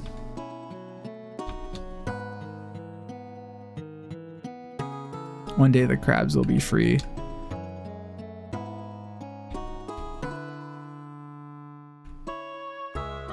I saw a video once of a horseshoe crab, like 2 horseshoe crabs, and one of them was like upside down. And the other one was like next to the one that's upside down. And I think he like noticed that the other one was upside down, and he kept on like bumping into him until he like flipped over, and then they were both like right side up and they were friends. I like really hope that's the case. Has anyone seen that video? I am genuinely like curious whether or not like he did that because he was concerned for the other crab. Because they are kind of like, you know, they're basically like bugs. They don't... I feel like there's a lot of emotions that humans imprint on animals. But it's one of those things that I like choose to believe because it just makes life better. We have to do something about this summer being so cold. The quickest solution would be to increase the amount of carbon dioxide gas in the atmosphere. Oh no. Oh, this is... There is a whole movement of these guys now. They're just the most like black-pilled guys who are like, oh, global warming is cool actually. I don't think that existed back when this game was made. So, I don't think it's a... But how could we do such a thing? Do you have any business here? Dr. Sauce isn't to be trusted. Maybe not. What? You want to meet with Bud Lee Gusco? What sort of business do you have with Bud? Oh, you want to meet with Kenji? Do you mean Kenji over at the Aussie Society? Bud often asks him for advice. Kenji's always experimenting with making new types of fertilizers and new ways of growing plants. That is something that Kenji did. He did do a lot of he studied agriculture and tried to develop fertilizers that would make farmers' lives easier or just make crops grow better. He does a lot of work leading the agricultural community in Ihatovo. I heard that he and Bud have been collaborating on some sort of project recently. Oh, Kenji should be over at the volcanic research facility now, but the security guard might give you trouble. Here, I'll write up an introduction for you. You'll be able to meet with him right away. And with that, we got a card from the doctor. Back then, people could just I could have wrote that and just been yeah, the teacher wrote this. The professor at the school of agriculture wrote that I am allowed to go in here. I feel like back then people probably just lied all the time. There's no reason to think that there isn't something instinctively about animals help other animals or drive. So yeah, that is true actually. You are Chris, you are absolutely right. And that's something that is something, at least with humans, that a lot of weirdly a lot of there's a weird assumption that humans are naturally competitive and want to kill each other and don't work together, and that's just the natural way of things, that there's always an alpha and shit. Or Jordan Peterson with his lobsters. It's kind of funny because that isn't really the case, at least with definitely not with humans, and also a lot of animals, is that yeah, just a lot of there's been many studies, some of which I had to learn about in high school, because I took a psychology class in high school, that humans are just kind of naturally cooperative, on an instinctive level are cooperative, much more than they are competitive or wanting to kill each other, which is not, I don't know, that doesn't ever seem like the predominant opinion. People had to cooperate because it took everyone to prepare enough food for anyone to survive. In the OG, yeah, it's true. In the OG times, people had to cooperate so that they can grow grains so that they can make beer. That's not a joke either. That's 100% true. A big driving force of human cooperation and civilization is just the ability to just make crops. We live in a capitalism poison society. Yeah. Now we have now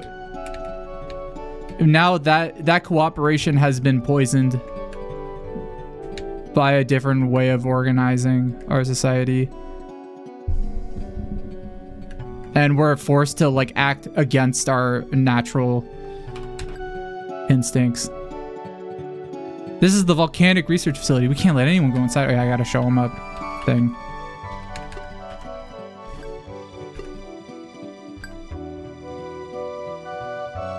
A big part of evolution is taking care of your community. Yeah. And there's a lot of incentives to not do that, at least on Earth with humans. That's why I always say, as an alien, this Earth is one of the worst planets in the this galaxy for sure. A lot of aliens don't come here because they just avoid it. There's nothing good here. There's a few good things, but it's horrible. Everybody here lives very painful lives for no reason. It's much better on every other planet, on most planets, at least ones that are inhabited. There's a lot of planets that just don't have anything on them, but Having nothing is much better than war.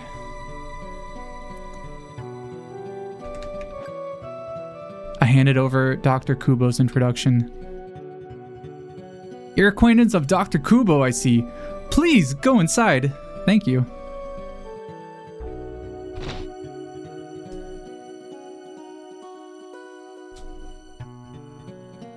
I think there was one study, or there was like one specific like video of like a study that like they did with little kids that fucking blew my mind when I was younger, which was just like the study was like, yeah, like people are instinctively cooperative and want to help other people. Even as like a baby, when you don't know anything, you'll instinctively do that. And they just showed all these like weird experiments they did with babies where they just showed like different varying levels of like extremes. But like one of them was just like they would have a baby on like one side of the room and they would have a guy at a desk who would drop his pen over the desk and he'd be like reaching for his pen. He's like, oh, a baby not knowing what a pen is, not knowing the context of like anything that's going on in the room or what that guy is doing. The baby just sees somebody who is struggling with something, and like every time babies will just help them, will like go and pick the pen up for them without even like knowing what it is. And they did a bunch of like weird experiments like that where they were just like no matter what kind of situation it is, a baby will help.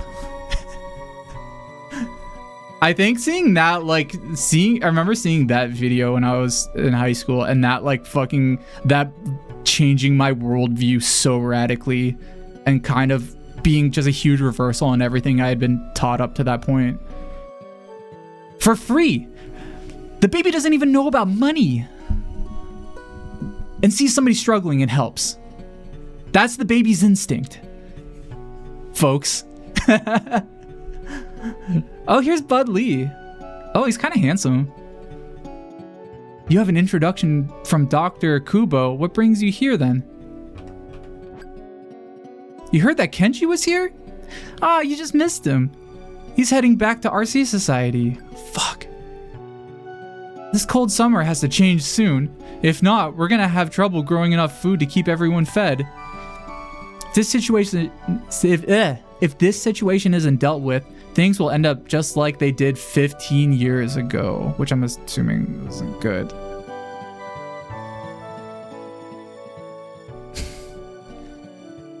There would be a lot of orphans all throughout Ihatovo. I'll do whatever I can to stop that from happening. We met one of the orphans.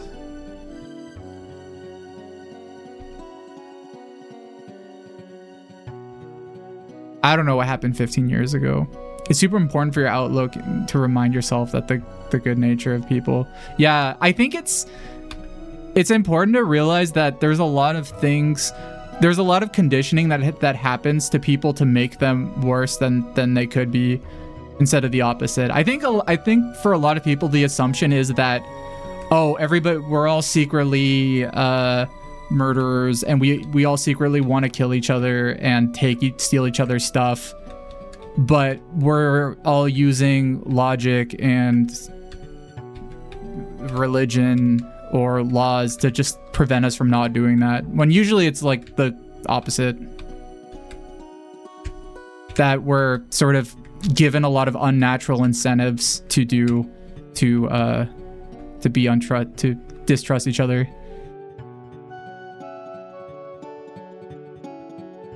Kid grew up to be Kissinger. That's so crazy. Did we talk about? I forgot like it happened.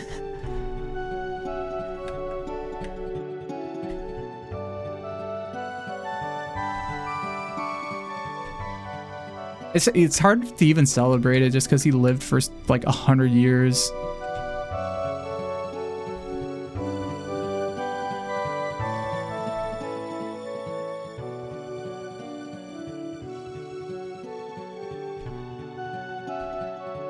So I think I can go back to Ihatovo.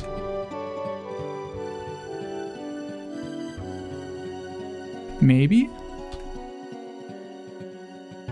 You only found out recently what he did? Yeah, a good way, like... I forgot who said this.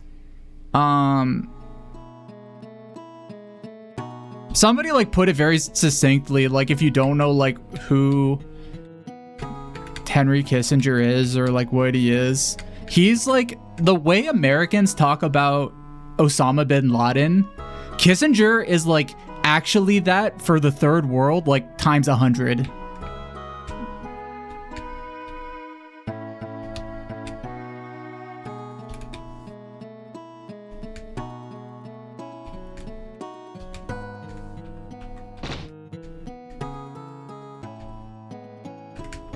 Yeah, Anthony Bourdain talked about how, like, if you go like anywhere in Southeast Asia, like especially Cambodia, even like now you can still feel the pain and like what happened there of just an entire country just being destroyed. You should be visiting another village right about now. Oh wait, hold on, I missed that. Kenji's been running about trying to... Wait, we keep on missing this Kenji. Left a letter. Oh, he left a letter for us. I took a look at the letter. Please excuse this letter out of the blue. I am Kenji Miyazawa. He found us. Thank you for collecting 3 of my journals. Keep them with you for the time being. If you're able to find all 7 of them, bring them with you to the RC Society. I appreciate it. P.S. Please offer some assistance to Bud Lee Gusko if you would. He's been working very hard for people of Ihatovo. Alright, so we gotta go back. Does this guy have anything new to say? Kenji made me feel a lot better. I'm gonna try even harder now. Same.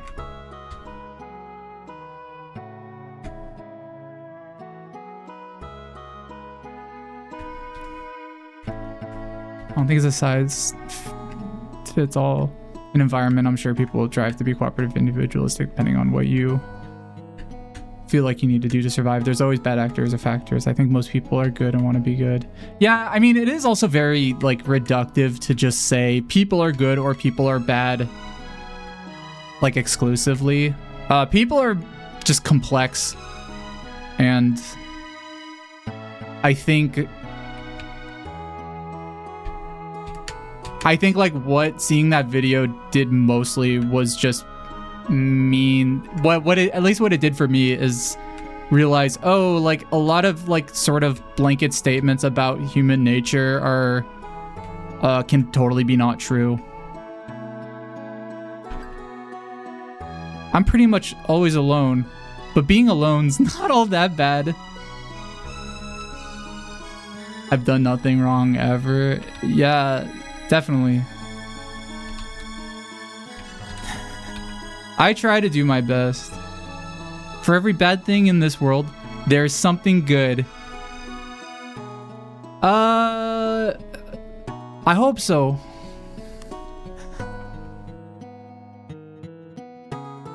Our current society requires individualism to survive. But yeah, the point is cooperation is at least equally natural for people.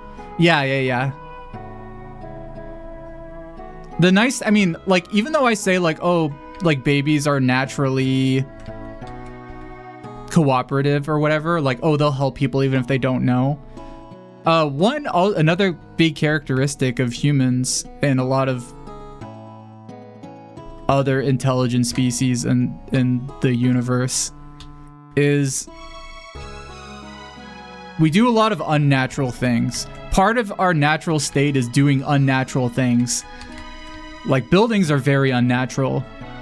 Work is unnatural. This stream is very unnatural. But it's natural for us to make things unnatural. So any sort of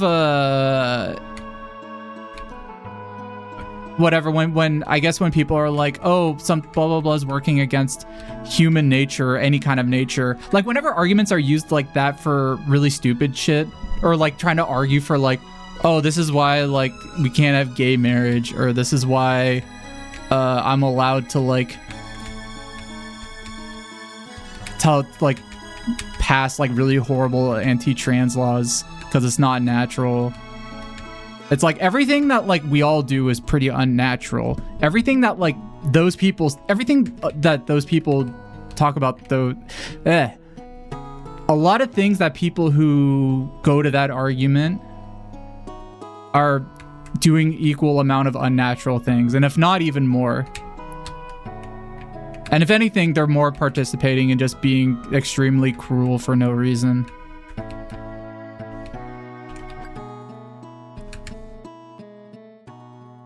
Anyway, sorry for this tangent.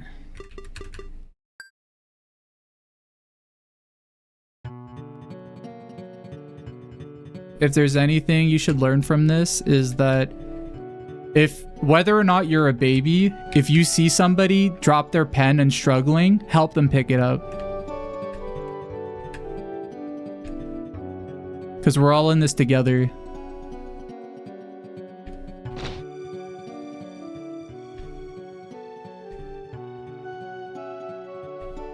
Oh damn, look, he's here. The cold summer has to change soon. If not, we're gonna have trouble growing enough food to keep everyone fed. If this situation isn't dealt with, things will end up just like they did 15 years ago. There would be a lot of orphans all throughout Ihatovo. I'll do whatever I can to stop that from happening. Even people you know who are particularly good people are mostly that way because they chose to because of life experiences.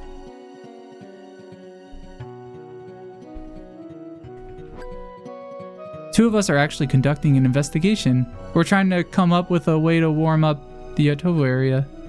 See, what we're doing right now is very unnatural in this game. Speaking of which, we're trying to, Dr. Kubo has a very interesting theory. He figured that if we could increase the amount of atmospheric carbon dioxide gas, we can increase the temperature. Yes, but the real question is how we could go about doing that. You know, Dr. Kubo, I was thinking, if we set up explosives at the volcano on Carbonado Island, couldn't we get it to erupt carbon dioxide gas into the atmosphere?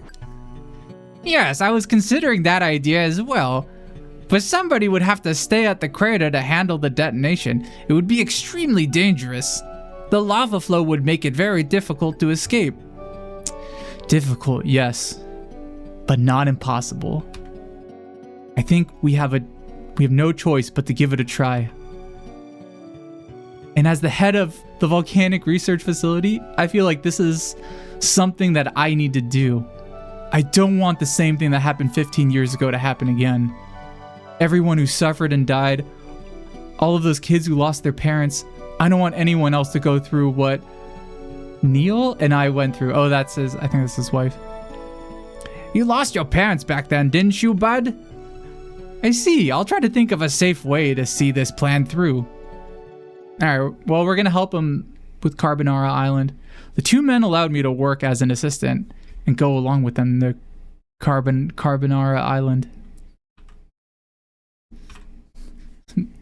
Oh, my stomach is grumbly.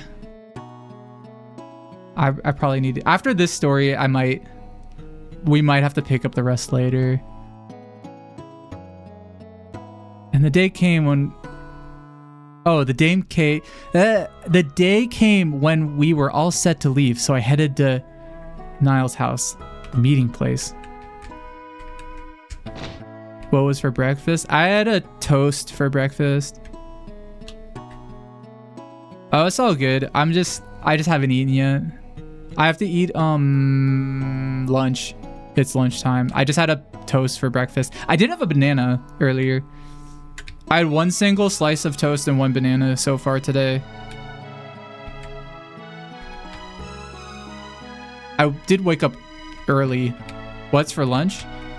Good question. I don't know. I think I have leftover stir fry that I made yesterday. Something that I'll do for like a really easy lunch is I'll chop up a bunch of veggies And sometimes I'll make like tofu, fried tofu, or baked tofu bits.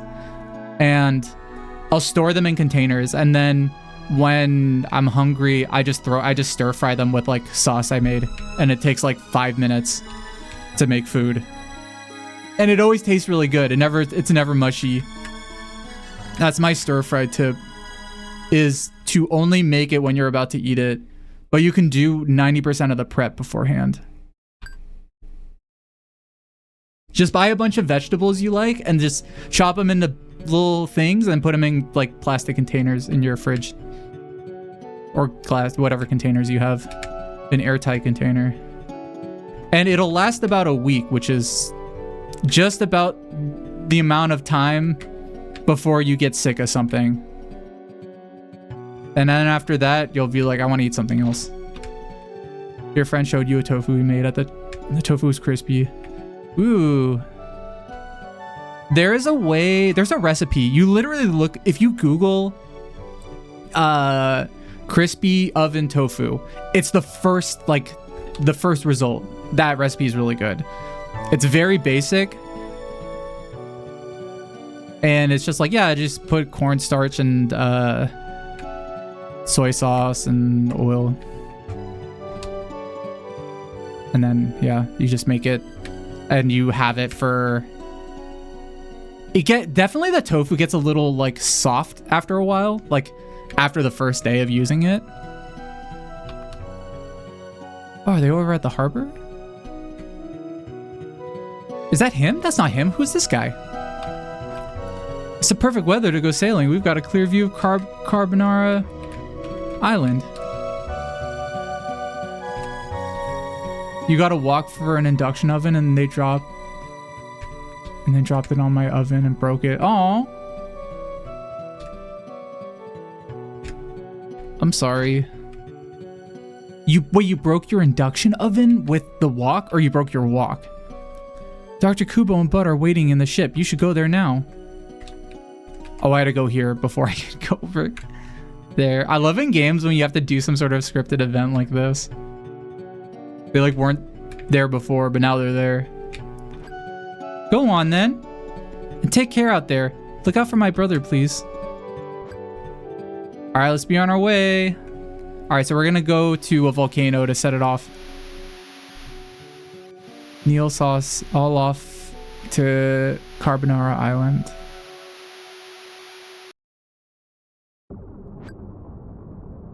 After we reached Carbonara Island, we headed to the crater. Oh shit. Oh, it's getting like serious now. Oh my god, we're like at the volcano. They're like right... Look how close they are. We've arrived here safely at Carbonara Island, but blowing up this crater is going to be a lot harder than I thought it would be. Somebody will have to stay here to make sure the crater gets destroyed.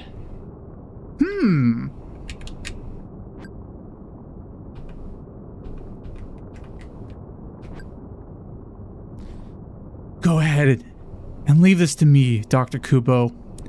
I'll flip the switch.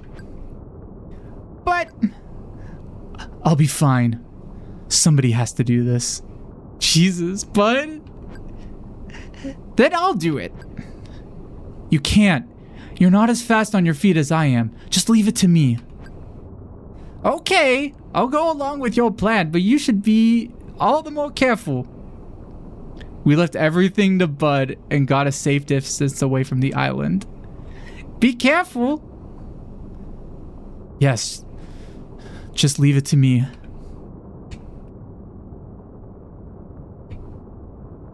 Are you sure, Bud? I can handle this on my own. Go to a safe distance in the meantime. Don't worry about me. Just go on ahead.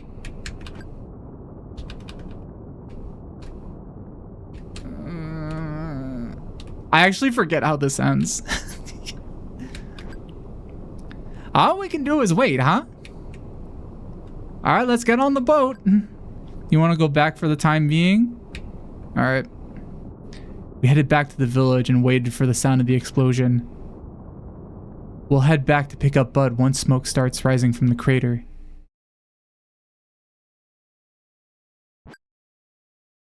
Doctor, where's my brother? He stayed back on Carbonara Island. What? Somebody had to stay to flip the switch, but there's no need to worry. We only used a small amount of explosives. We might not have used enough explosive to trigger a full eruption, but we couldn't put Bud's life at risk. It's just about time for the explosion. The explosion? Oh, the explosion was far too big. Did Bud add explosives after we left the island? Carbonara Island is... We can't save him! Considering that the explosion was as big as it was, he had to have been caught in the blast. He wanted to be sure he'd save everyone. He knew that he had to make the volcano erupt, and he gave his life to see that mission through. Oh, Bud. Yeah, I forgot that, yeah. Carbonara Island volcano had erupted, spewing carbon gas in the atmosphere. It spread across the skies over Ihatovo. Bud Lee Gusco had saved everyone, at the cost of his own life. Several days later, Neil had come to pay me a visit. I found this while I was going through my brother's things. It was a journal. I want you to have it. Thank you so much for everything. I took the journal. To my surprise, it was one of Kenji's journals. I obtained the Journal of Ceremonial Laws. Yeah, the explosion of Carbonara Island caused the temperatures to go up at the next sunrise. The people of Ihatovo calmed down and their lives became peaceful again. That fall, Ihatovo was blessed with a bigger harvest of crops than usual. He sacrificed himself so there wouldn't be any more orphans.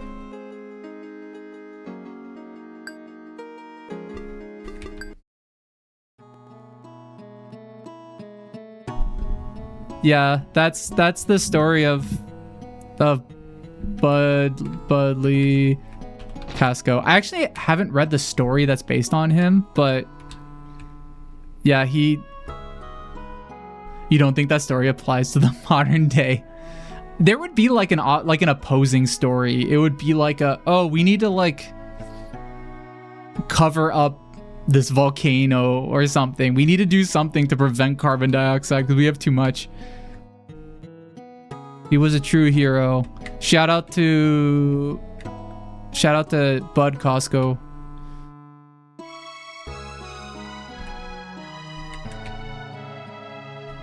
But he sacrificed himself so that crops could grow here.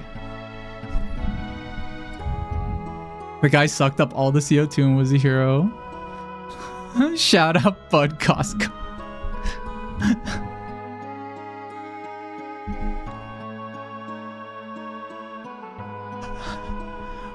Wait a minute, can anybody do a shout out?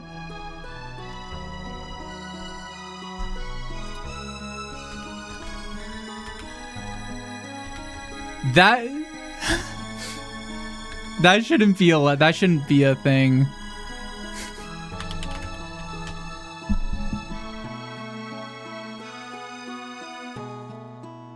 I can't believe this is how we found out. I had no idea that was a thing.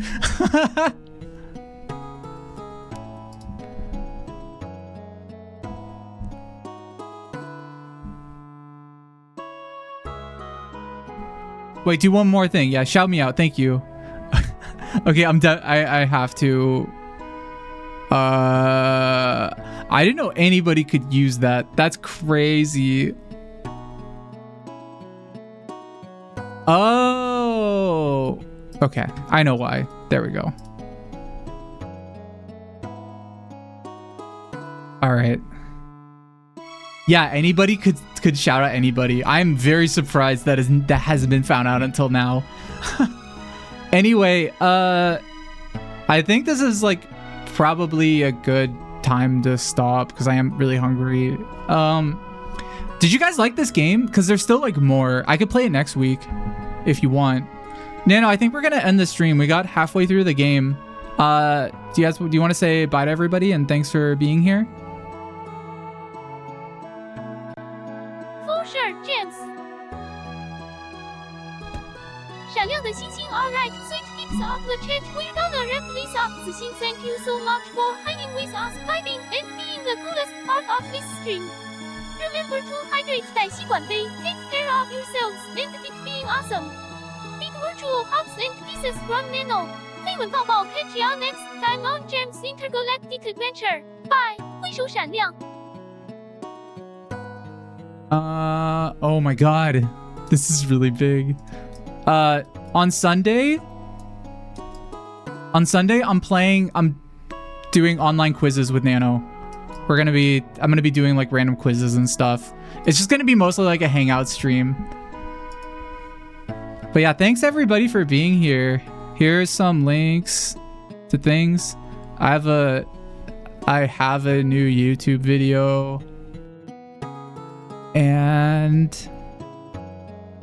I think that's it. I sent out Patreon. If you're subscribed on Patreon, I sent you gifts today or yesterday. I sent them out in the mail, so you should be getting those soon. Thanks for being here.